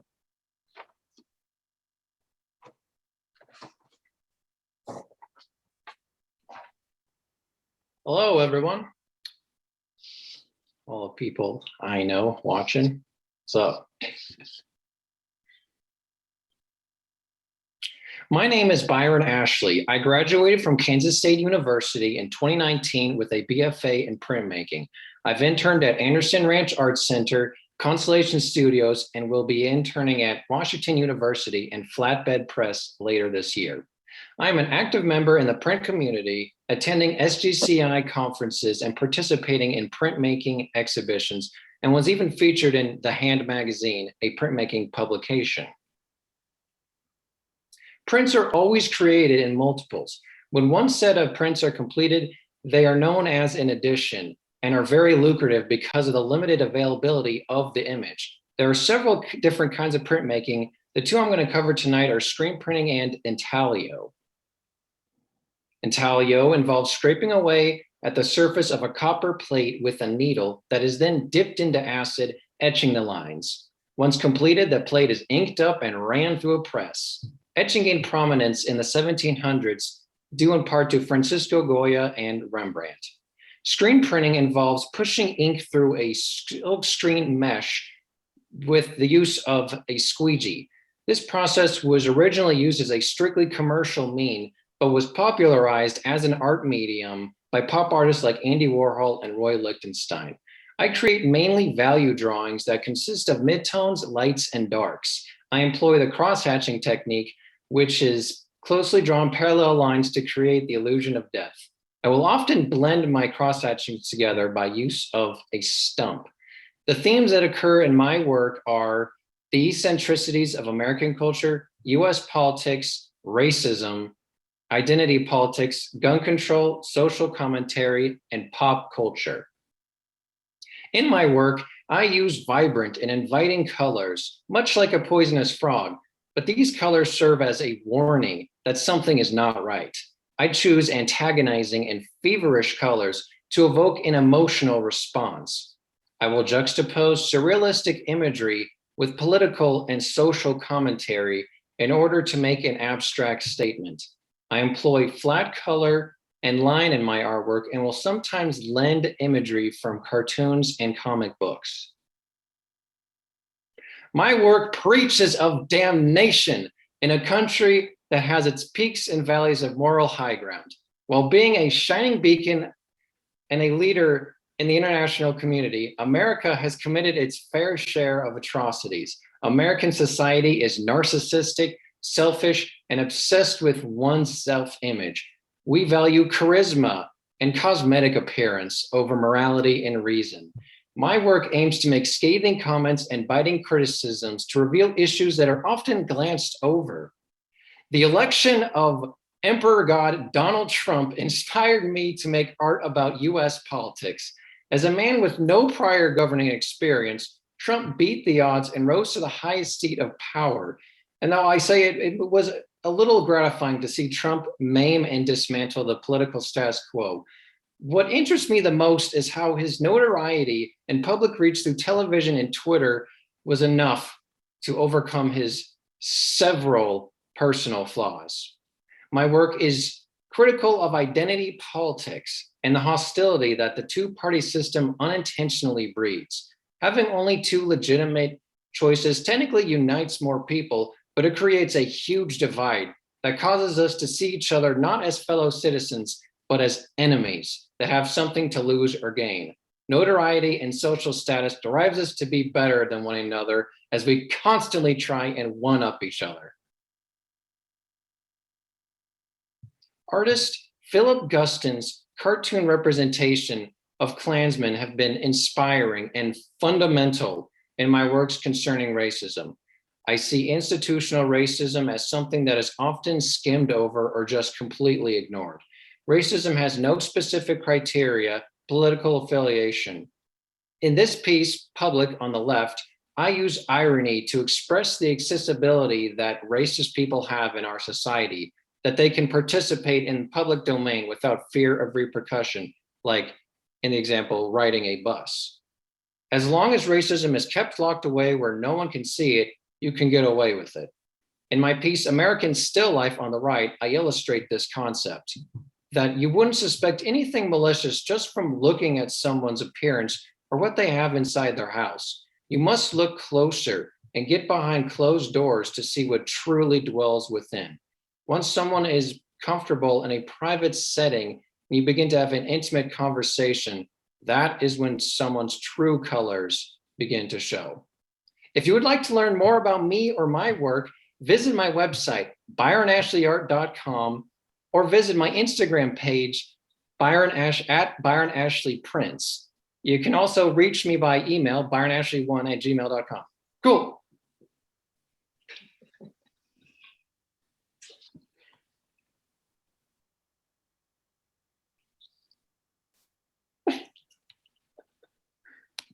Good evening. My name is Audrey Bosley. In mid-January of this year, about 5:30 a.m., I don't typically wake up, but I woke up with words coming to me. I got up and I discovered that I can write poetry. I'm currently writing 1 or 2 poems a day. My goal is to write a series of children's books for ages 6 to 8. I will design dolls and characters that will be mass-produced to go along with my books. Children, especially my granddaughters, provide inspiration for me. I love fantasy and whimsy tempered by realism. I want children to learn the things I didn't learn growing up, especially cultural things. I want to help them feel that they matter, no matter who they are, and to know that no matter what they have to overcome, they can ask for help. Recently, I was asked why I want to write for children. It's simply something I know I can do. When Michelangelo was asked why he carved a stone, he replied, "I saw the angel in the marble and carved until I set him free." My slides include some kaleidoscopes that will be followed by the images used to make the kaleidoscope. First poem I'm going to read to you is called Dawn.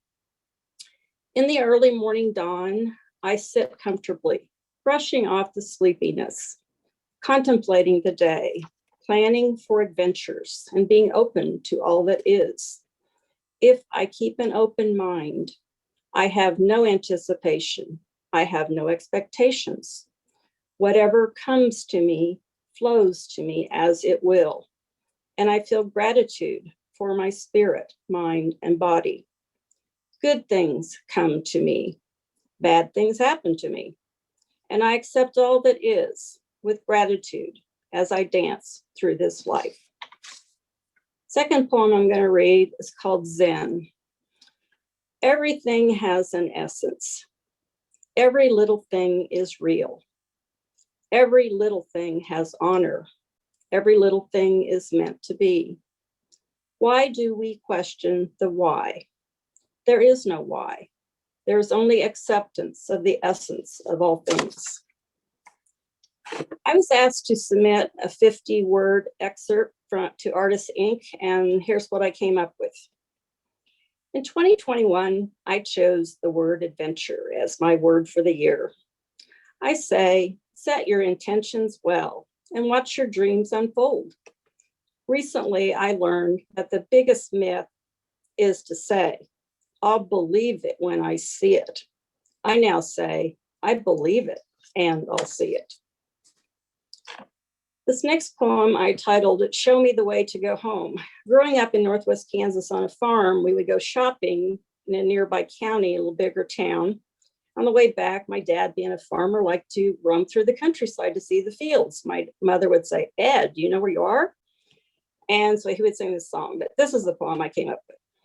Here we are, all of us, riding the waves of life. Sometimes the way is smooth. Sometimes it is very turbulent. And most times it is something in between. Along the way, we make choices to help others or not, depending on the situation. We choose by our actions to show love or to show something quite the opposite. There is only love if one understands the universe to extend with grace to others. Last poem is called Come to Jesus. Sometimes life brings you to a defining moment, a come to Jesus kind of moment.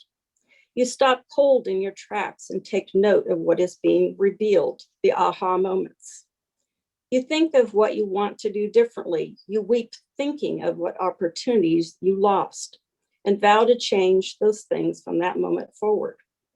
You vow to stop dwelling on what has been lost and to begin thinking of the possibilities of what lies ahead and how things can change. Life is moments filled with possibilities. Each moment presents many opportunities, and the path may feel unclear. That's when it's time to trust your inner knowing, your inner guide, your high self, to show you the path, to show you the way. Life can begin anew at any time, sometimes when least expected, and often during challenging times. Trust in yourself. You have an inner compass. Live in the moment. Follow your own path. Be. Just be. I'm hoping to have a children's book out this year. We'll see how that goes. Here's my contact information on Instagram and my Gmail. Thank you so much. Thanks to ArtsConnect, Artist Inc. program.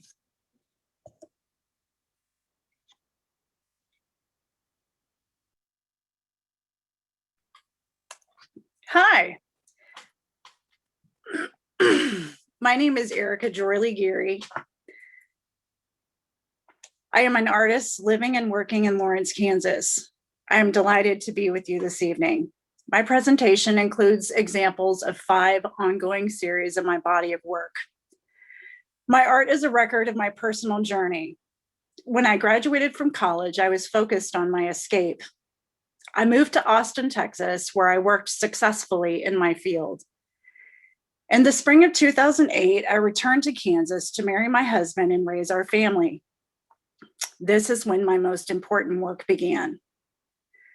Dorothea Lange said, "Beauty appears when one feels deeply. Art is an act of total attention."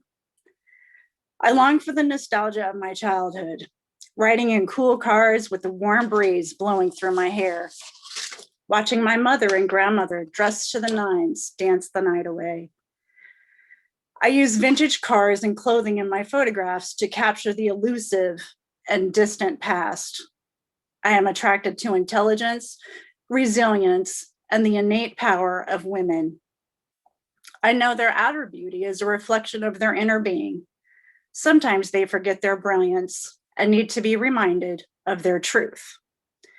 The amazing women I style and photograph are educators, activists, and artists. The connection and trust we share comes through in the images. Representation of all women is important to me. I seek diversity in the models I work with. I use 35mm and medium format film and digital cameras. I rarely edit my photographs. My grandfather taught me to get it right in the camera, not afterwards.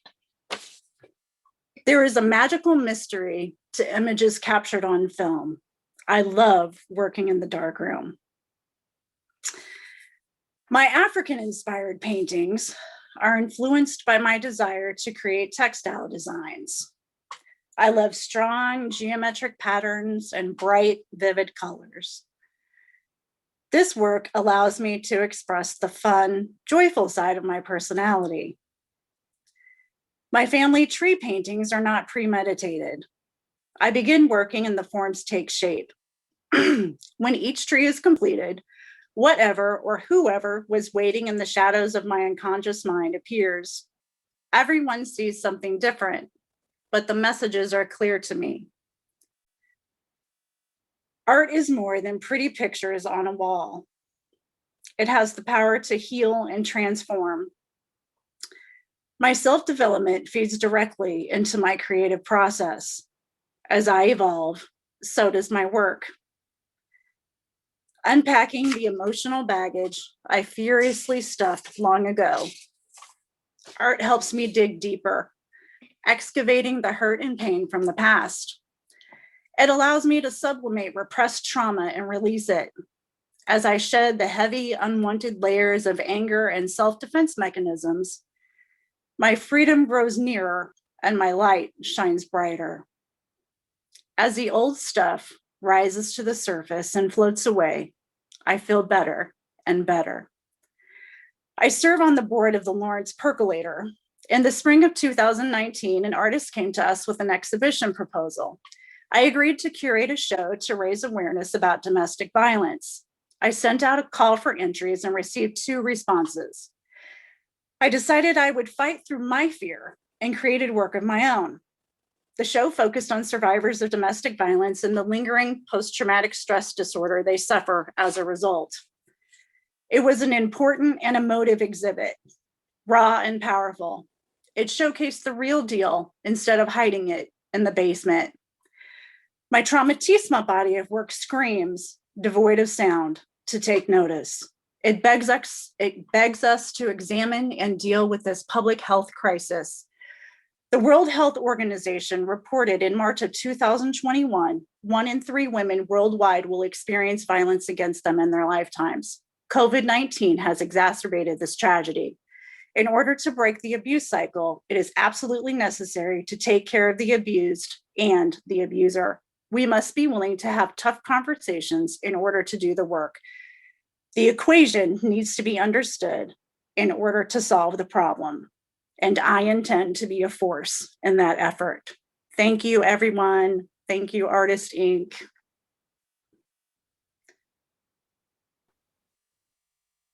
There's one more image. Hopefully it'll pop up here. And it has my contact information on it. There it is.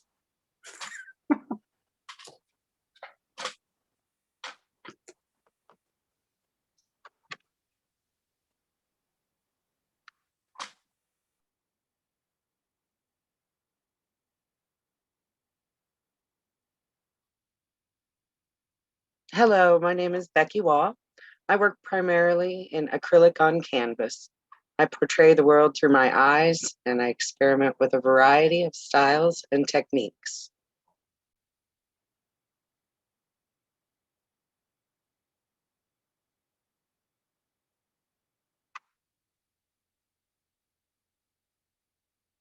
These are my little critters. I enjoy painting and drawing animals. I strive to capture the essence of the animal. Here we have 3 small drawings of animals close to my heart. done with watercolor pencil.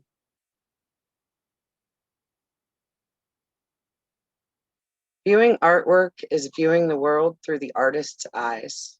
Abstract images are born of my mind, but open for interpretation.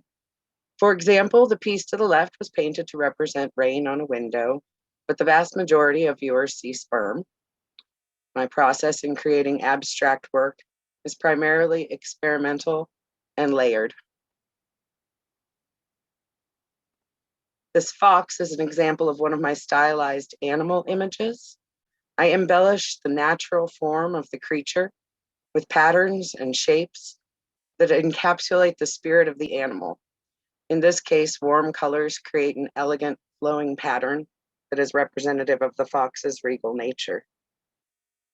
It is the same story the crow told me, it's the only one he knows. Like the morning sun he comes, and like the wind you blow. This painting is inspired by words written by poet Robert Hunter.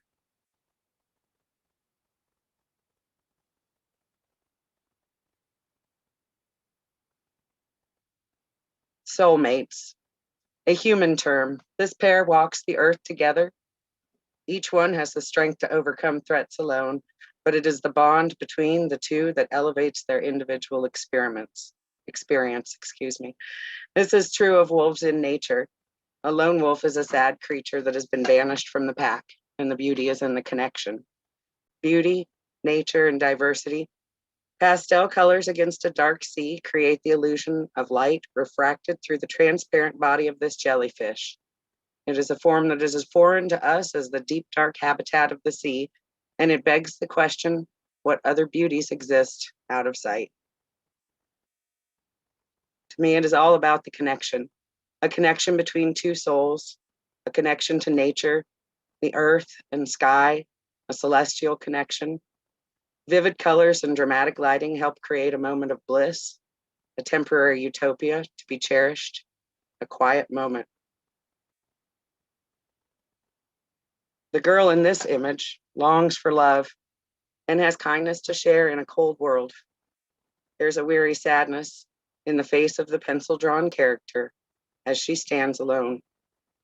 The material is paper mounted on rubber brick with a printed graphic, but the message is about the importance of kindness. Now, this painting shows a girl holding the moon by a string. She stands in the glow of her imagination, holding on to magnificence by a thread. She may appear to have her feet on the ground, but she is a dreamer, and the universe is her playground.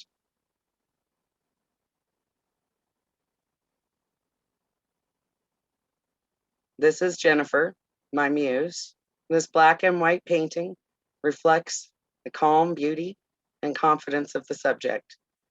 The black background is interrupted by the precise brushstrokes of white and gray to create an engaging image.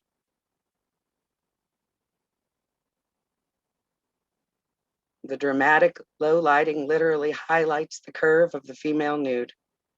The figure casts her eyes upwards and has a look of anticipation. This asks the viewer to create their own story to explain the image.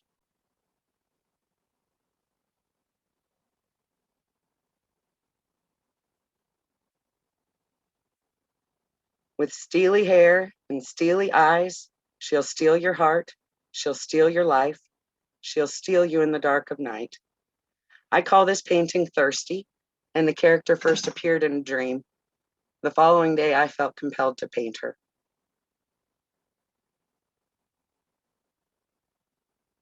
Gloria and her rider showcase a majestic creature very much out of her natural element. Gloria's rider wears a plastic smile, while Gloria's eyes speak of pain and sadness. This painting depicts exploitation for the sake of entertainment.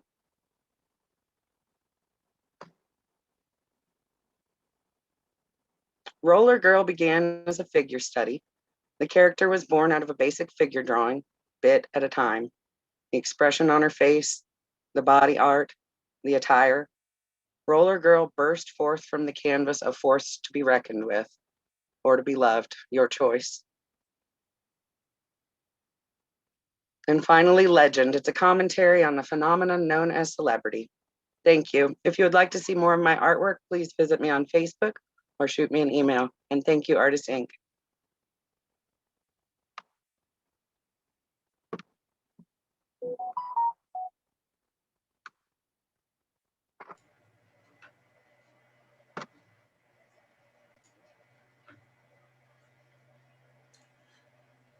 This has been a very difficult year, but thank you so much. Thank God for artists.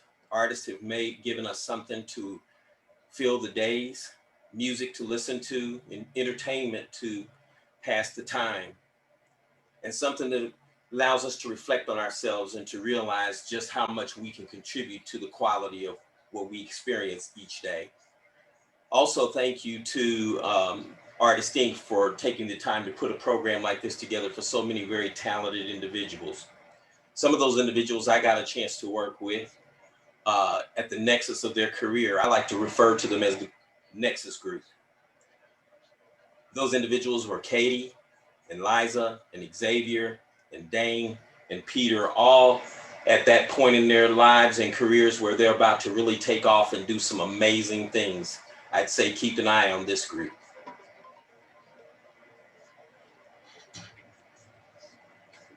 Hello.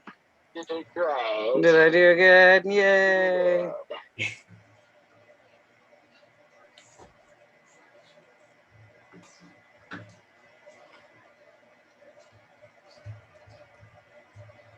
Hi, I'm Katie, and I'm an embroidery artist from Topeka, Kansas. My pieces are often inspired by nature and connection to places meaningful to myself, often including my family and my stitches, either by using materials I inherited by my great aunt or having my daughter help me pull the needle through the fabric. Each piece holds a piece of my own personal history. After college, I began my career in healthcare, and I found myself struggling with my own mental health. I found being creative was the outlet that best supported my mental health at that time. I first created what I call hoop frames with space to display and change out pictures. Soon after this, I focused on developing and improving my skills in traditional embroidery techniques. I enjoyed creating texture and thinking outside the box to create an interesting and unique embroidery design that reflected my love for nature while also incorporating the same stitches my great aunt would have used in her own projects. Many of my embroidery pieces are inspired by the Pacific Northwest, where I'm originally from. I love to capture the unique beauty of the Northwest and make connections with others who also have their own memories of these familiar, well-known places. I began to challenge myself with more detailed and complex designs, often created out of many hours of trial and error, until I found a combination of colors, stitches, and a composition that I felt suited the design. The beauty of embroidery is that I can make mistakes, rip it out, and try again. As I continued with my embroidery practice, I enjoyed my continued connection to family.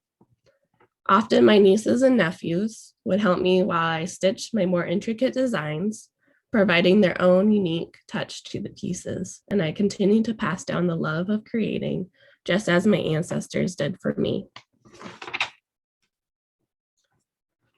The challenge of creating depth with embroidery floss intrigued me, and I began to experiment with more color and texture. I love the tactile experience of embroidery, that as I stitch, I can feel the floss, and it provides a peace and calm that allows me to focus on the task of creating. At this time, the combination of fabric paint and stitches made with black floss to create a sketch-like effect, and I enjoyed the juxtaposition of the soft watercolor with the more graphic stitching.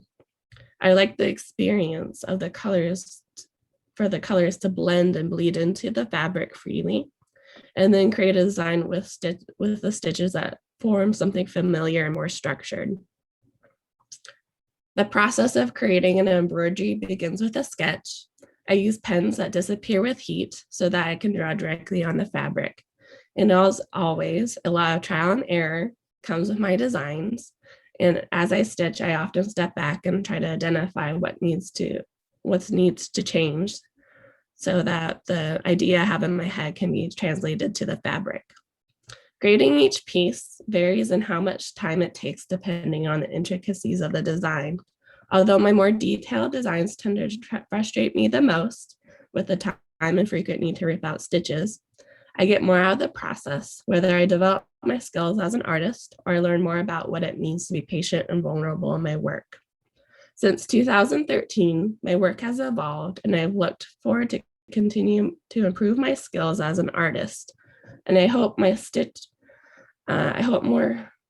hope to stitch more challenging work that represents myself and my love for creating and invites others to explore their surroundings. Now that I have lived in Kansas for over 4 years, I have grown to love the unique and oftentimes overlooked beauty of the prairie. Embroidery has provided the opportunity to slow down and build a genuine appreciation for where I live. Every place is different, and every day, even moment to moment, there is something new to observe and appreciate in nature. One thing I love are the Kansas sunsets over the rolling hills with its vivid colors and open skies. It's an opportunity every day to appreciate beauty. And just as I started with embroidery, it continues to help support my mental health. I became a mother right before the pandemic and experienced severe postpartum depression. Where I work, I know will continue to support me and help me process my own experience during those difficult days. And I hope to contribute to a wider conversation that allows others suffering from PPD to feel supported and seen. Thank you all for your time. I'd love to continue to have a conversation. You can contact me at katieheffern@gmail.com or Facebook and Instagram at katieheffern.art.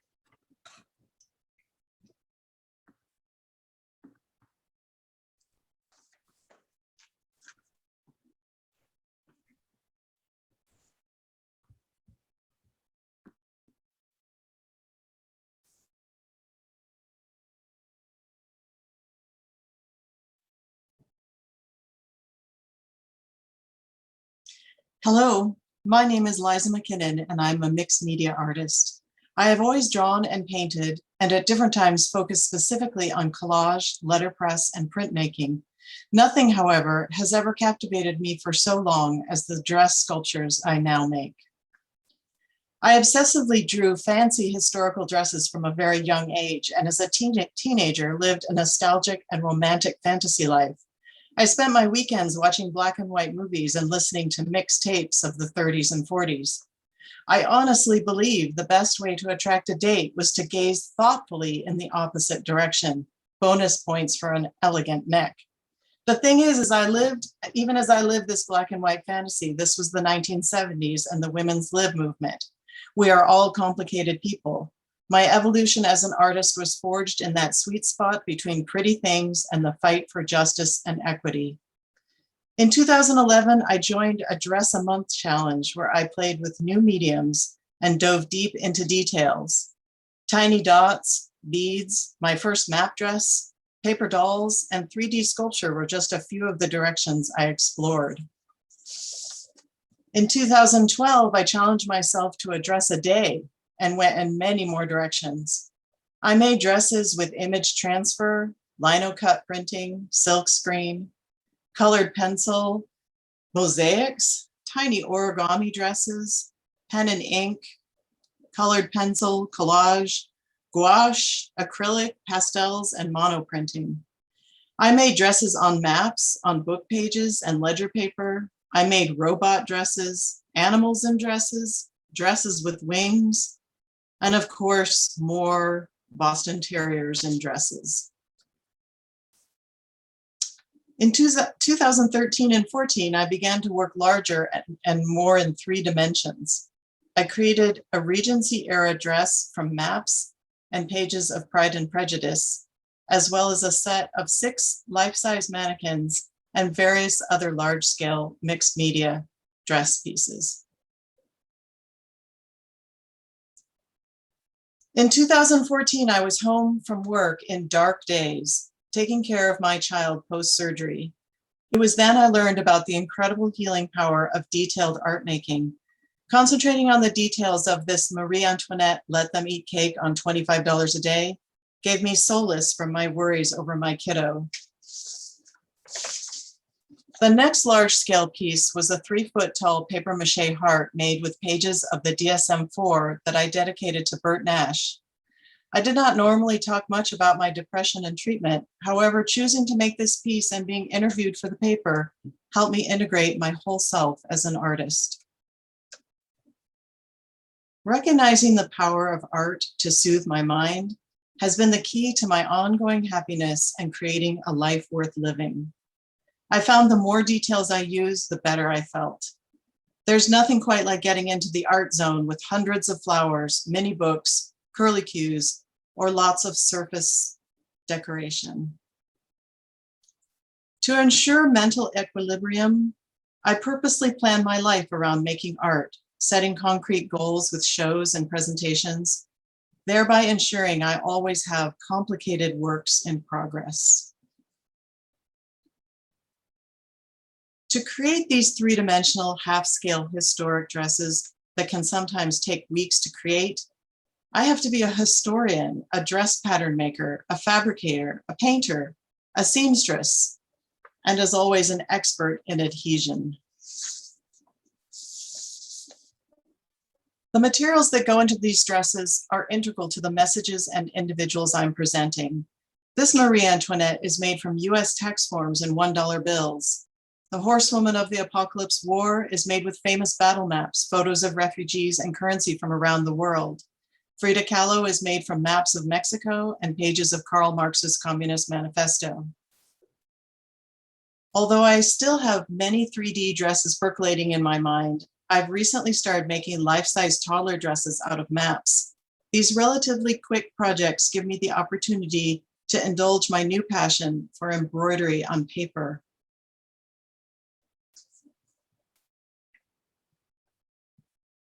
Thank you. Thank you all. In conclusion, art is love. Art is salvation. Art gives me a voice. Art is what connects me to others. You can see more of my pieces at maccomics.com or reach out to me at liza@maccomics.com.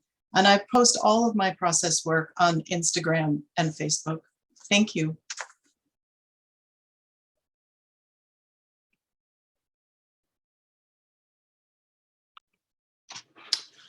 Hello, everybody. I'm Xavier Martinez. I'm third generation Mexican American. I was born in Topeka, Kansas. I like doing portrait. I'm a visual artist. I like doing street art and then also a muralist.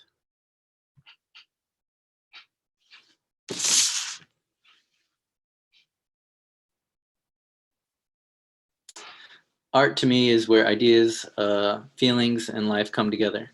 I've always tried to touch subjects that words cannot explain, whether it be hardships, a look of love, or the feeling of life and death. You may feel alone or it may feel so personable, but everything that I express here has been felt by others. And here's portrait is life and death on the left, and on the right is supposed to be a look of love. Early in high school, I was introduced on how to paint portraits using acrylic paint. This inspired me to continue to become a better portrait artist by studying colors, proportions, and anatomy. I was introduced at Topeka High by Marty Marino. He gave us a simple grid to keep the proportions together. And he also taught me how to use colors in that way. Since middle school, I've had a fascination with graffiti art and street culture. Being in Kansas, it made it difficult to practice using aerosol paint medium, finding the walls. I had to resort to safe places. This is a place in Lawrence, Kansas that no longer exists. Some people call it the pit, but it eventually the walls fell to erosion. These are more examples of graffiti art that have been done. The one on the left, bottom left, has been done for the Washburn Skate Park in Topeka. I don't think that's no longer there. And there's another one on the top right that was in Kansas City. And then also, my culture is very important to me because it represents my identity, never being Mexican enough or American enough. I strive to be the best I can in both worlds. And Often you could feel like you don't fit in either or. The one on the left is a Mexican American woman from LA. This, and I also have with my graffiti culture, it's the letter strokes on the background. And then on the right is a Mexican woman in a traditional dress. The look of despair in her face was also very important to me. And the traditional dress reminded me of the Fiesta Mexicana in Topeka.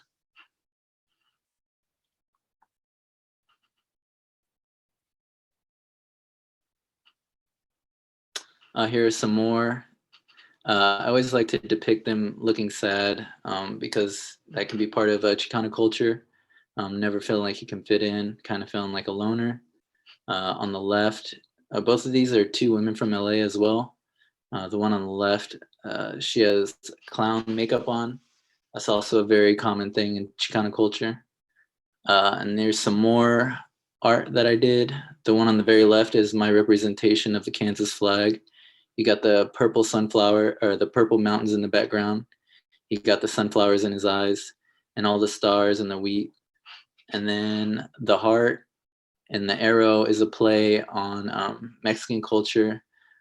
And then eventually I combined the two, graffiti and my Chicano art. And it came organically. And the first one I did was that jalapeno. It was kind of a spur of the whim, and I did it in Topeka on the graffiti wall. I just had the colors and I just wanted to practice realism, so I went for it. Here's another street art one I did on the left side that was done at the Washburn Skate Park as well. They contacted me years later to do another one, and I wanted to focus more on my street art. So I went more in that direction. And the one on the right is an expression of looking Mexican, but not necessarily fitting the part in someone's eyes. And from there, I wanted to take it a step further and started practicing portraits with spray paint. And this was done on a woman's record file cabinet, I believe she called it. And I just tilted to the side and practiced some eyes on there. I use edges of like cardboard and whatnot to try to get sharp lines. As I continued on, the next one was the one on the left, and that was on about a 3x5 canvas. And I did that from a photo reference. And then the one on the right is about a 6 foot by 4 foot on a wall in Kansas City. I did another graffiti piece on the right side, but it's not pictured. And both of these are Hispanic women. And eventually this, when time called, when the protests were going on, I felt as an artist to use my platform to express who and what I believe in. And that was that Black Lives Matter and George Floyd. And I definitely did this in Topeka. I drove. And then in this one, I did in Lawrence. I was commissioned to do this on somebody's private fence. And I felt like you can tell through time, eventually my portraits were getting better. I felt very moved to do this because I have experienced similar experiences to this whole thing. And, I just want everybody to understand that. And then if you want to contact me, my contact information is Instagram on Common Picasso, and then email is commonpicasso@gmail.com. Thank you.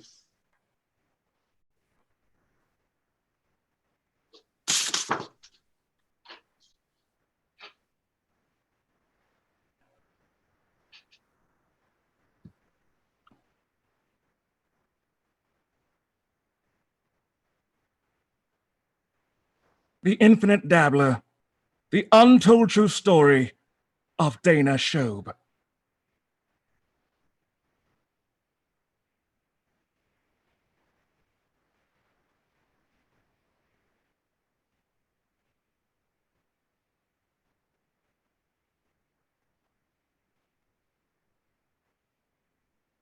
Anticipation builds.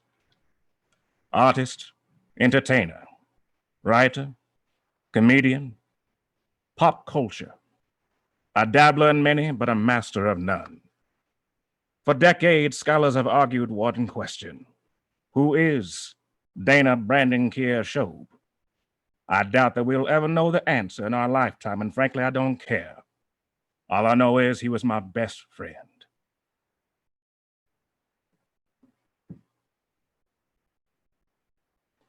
At an early age, Dana was drawn, pun intended, to pop culture. In particular, action-driven cartoons such as He-Man, Thundercats, Ghostbusters, and most of all, the Teenage Mutant Ninja Turtles. It was in fact the Turtles that first inspired him to pick up a pencil and put it to paper. It's said that even to this day, he needs more time. There it is. He can recall the first time he ever doodled a Ninja Turtle, which was on the backside of a puzzle piece. It was quickly discovered that Dana was gifted with graphite. He would often use it as a means of escapism, as being a young African-American boy who enjoyed cartoons and comic books was not legalized until roughly 2003.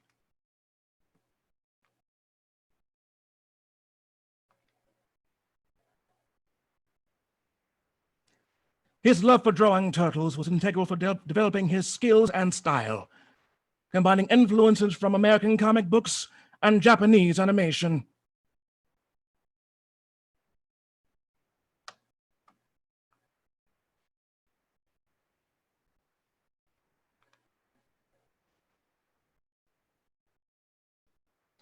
His love for Teenage Mutant Ninja Turtles would culminate in 2014 when his artwork was featured in the official Teenage Mutant Ninja Turtles documentary, Turtle Power, which was released by Paramount in 2014.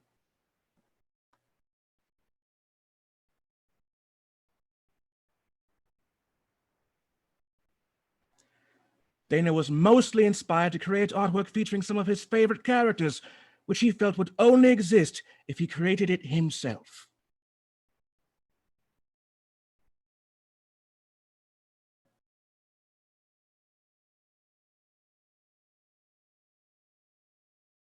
As well as representation.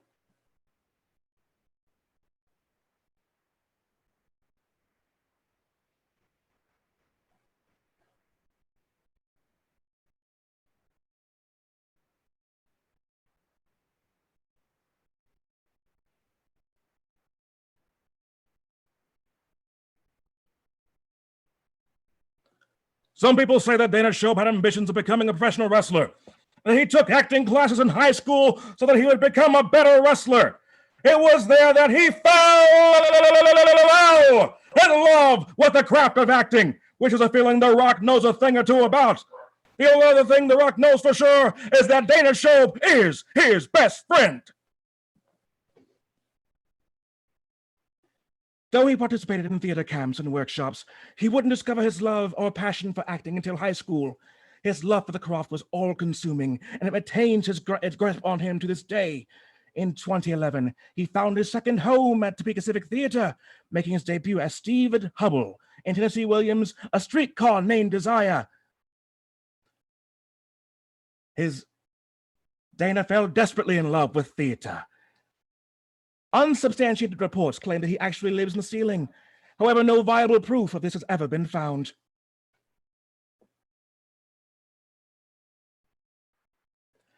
His love developed into a crippling addiction, and he has remained present on Topeka stages ever since.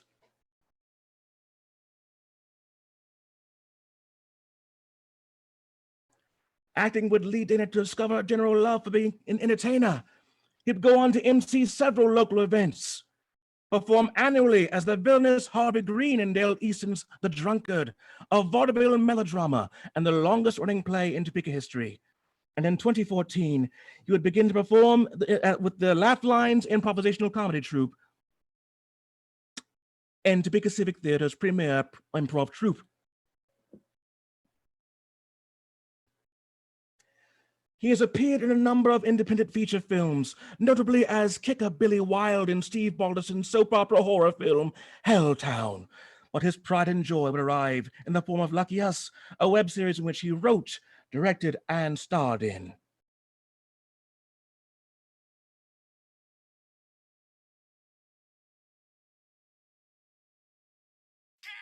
Hey, what's up? What are you doing? I'm on my lunch break. How convenient. What's wrong? What's going on?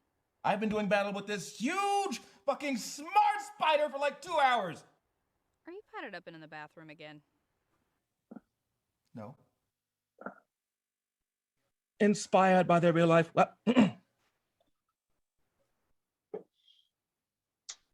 Inspired by their real life friendship, Lucky Us is an odd couple comedy centering around the hijinks of two very unlikely best friends. It can be seen at YouTube, Lucky Us Show, or by searching for Lucky Us Show on YouTube.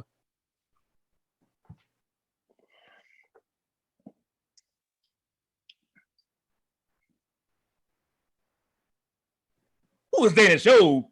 Yeah, some people say he's an artist, an entertainer, a comedian, but that's the thing. He is all those things. He's a person that believes that a person's potential doesn't have any limits. He believes in trying new things. He believes that the word unrealistic was invented by those who gave up on their dreams. Trying to tell him no? He gonna tell you hell no. He's Dana Show, and he does the things. And he is my best friend.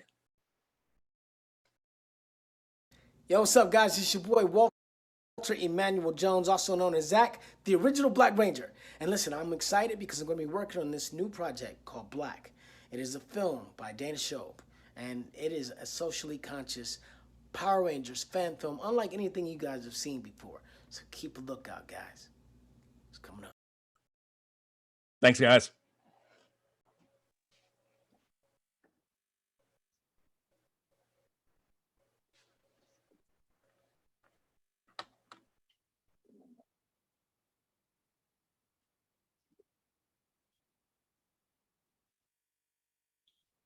Hello, my name is Peter Sponseller. I'm a scrap metal artist and a reclaimed artist, originally from Charleston, South Carolina, working in materials discarded from our world, different waste, different things that people believe are no longer usable. I like to use those as my mediums.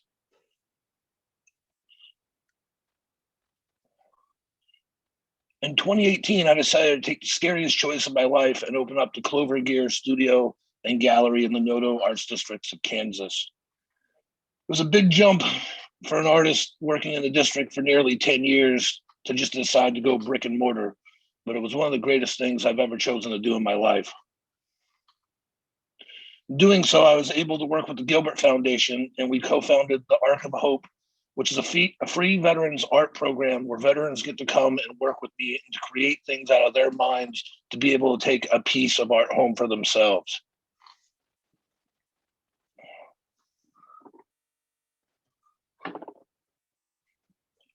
In 2020, I erected Bending Boundaries in the Noto Arts District, which is a piece that represents all of the people and the passion of Noto that we've come together and to create.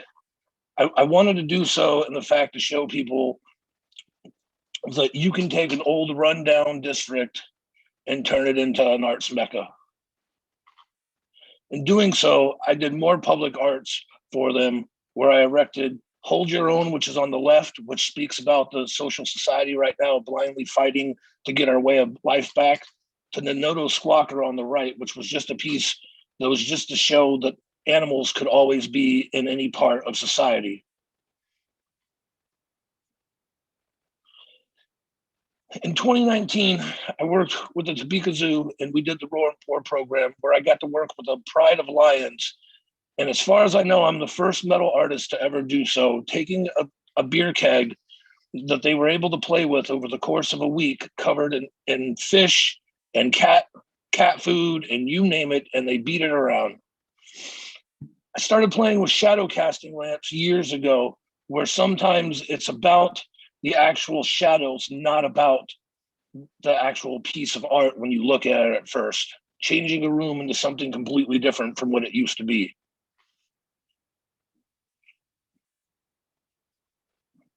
Doing so, one of the things I love doing in my shadow lamps is I love using actual skulls from animals, taking the organic and making it look mechanical and doing the opposite with the mechanical.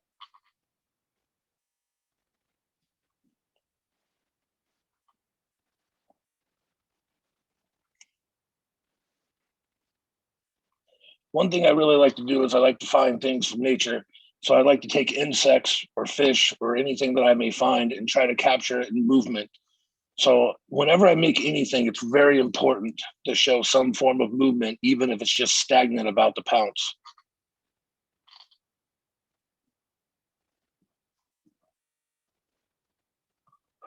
Doing that too, sometimes I don't always like to do the scary pieces. I like to do plants and other things to show how nature can pop up from society that we know.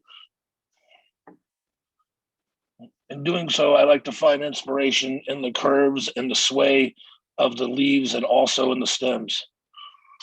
One thing that's always been a big influence to me when I was a child was the Mad Max movies. So it only made sense for me to make apocalyptic weapons in the pre-apocalypse that we're seeing now as the pandemic.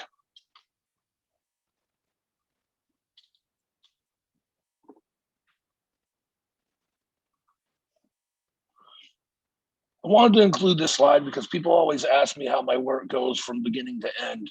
So I took these 4 slides to show you how the stallion started from pretty much nothing, a few bearings and a chain, to actual fluid moving horse, capturing the rise of the stallion.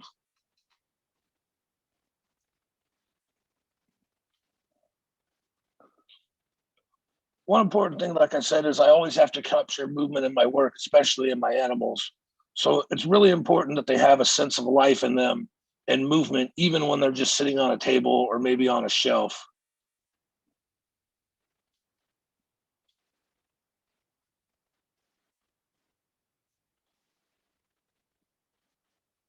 Doing so, I also like to do mythical creatures, and I also like to do human organs sometimes. But I also like to create things from sometimes my nightmares. I suffer from night terrors for a long time, and coming from very horrible upbringing, I found that taking those nightmares and capturing them in a piece actually takes them away from me. If you'd like to see more of my work, you can check me out at peter@clovergearnoto.com is my email. clovergearnoto.com is my website. I'm also on Facebook, and I'm also on Instagram. Thank you guys so much for your time. Have a good night.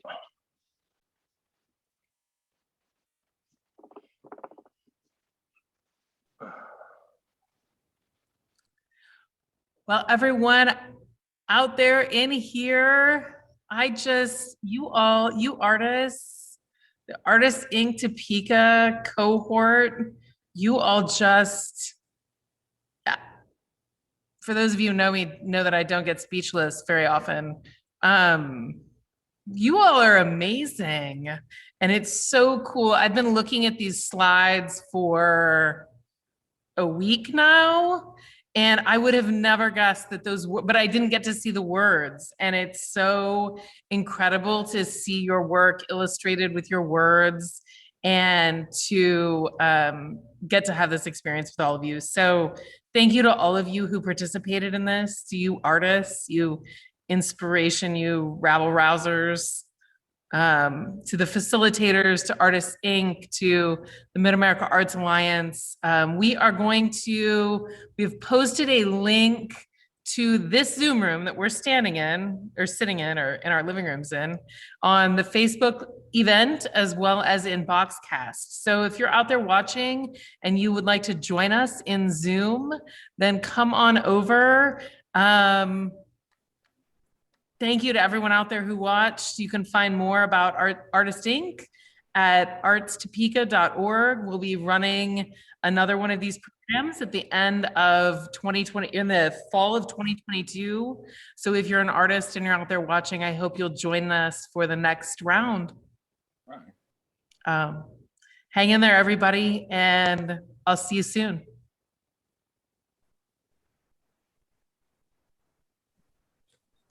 Yay, congratulations, everyone. Sarah, Good job, are we still Sarah. live? Good job.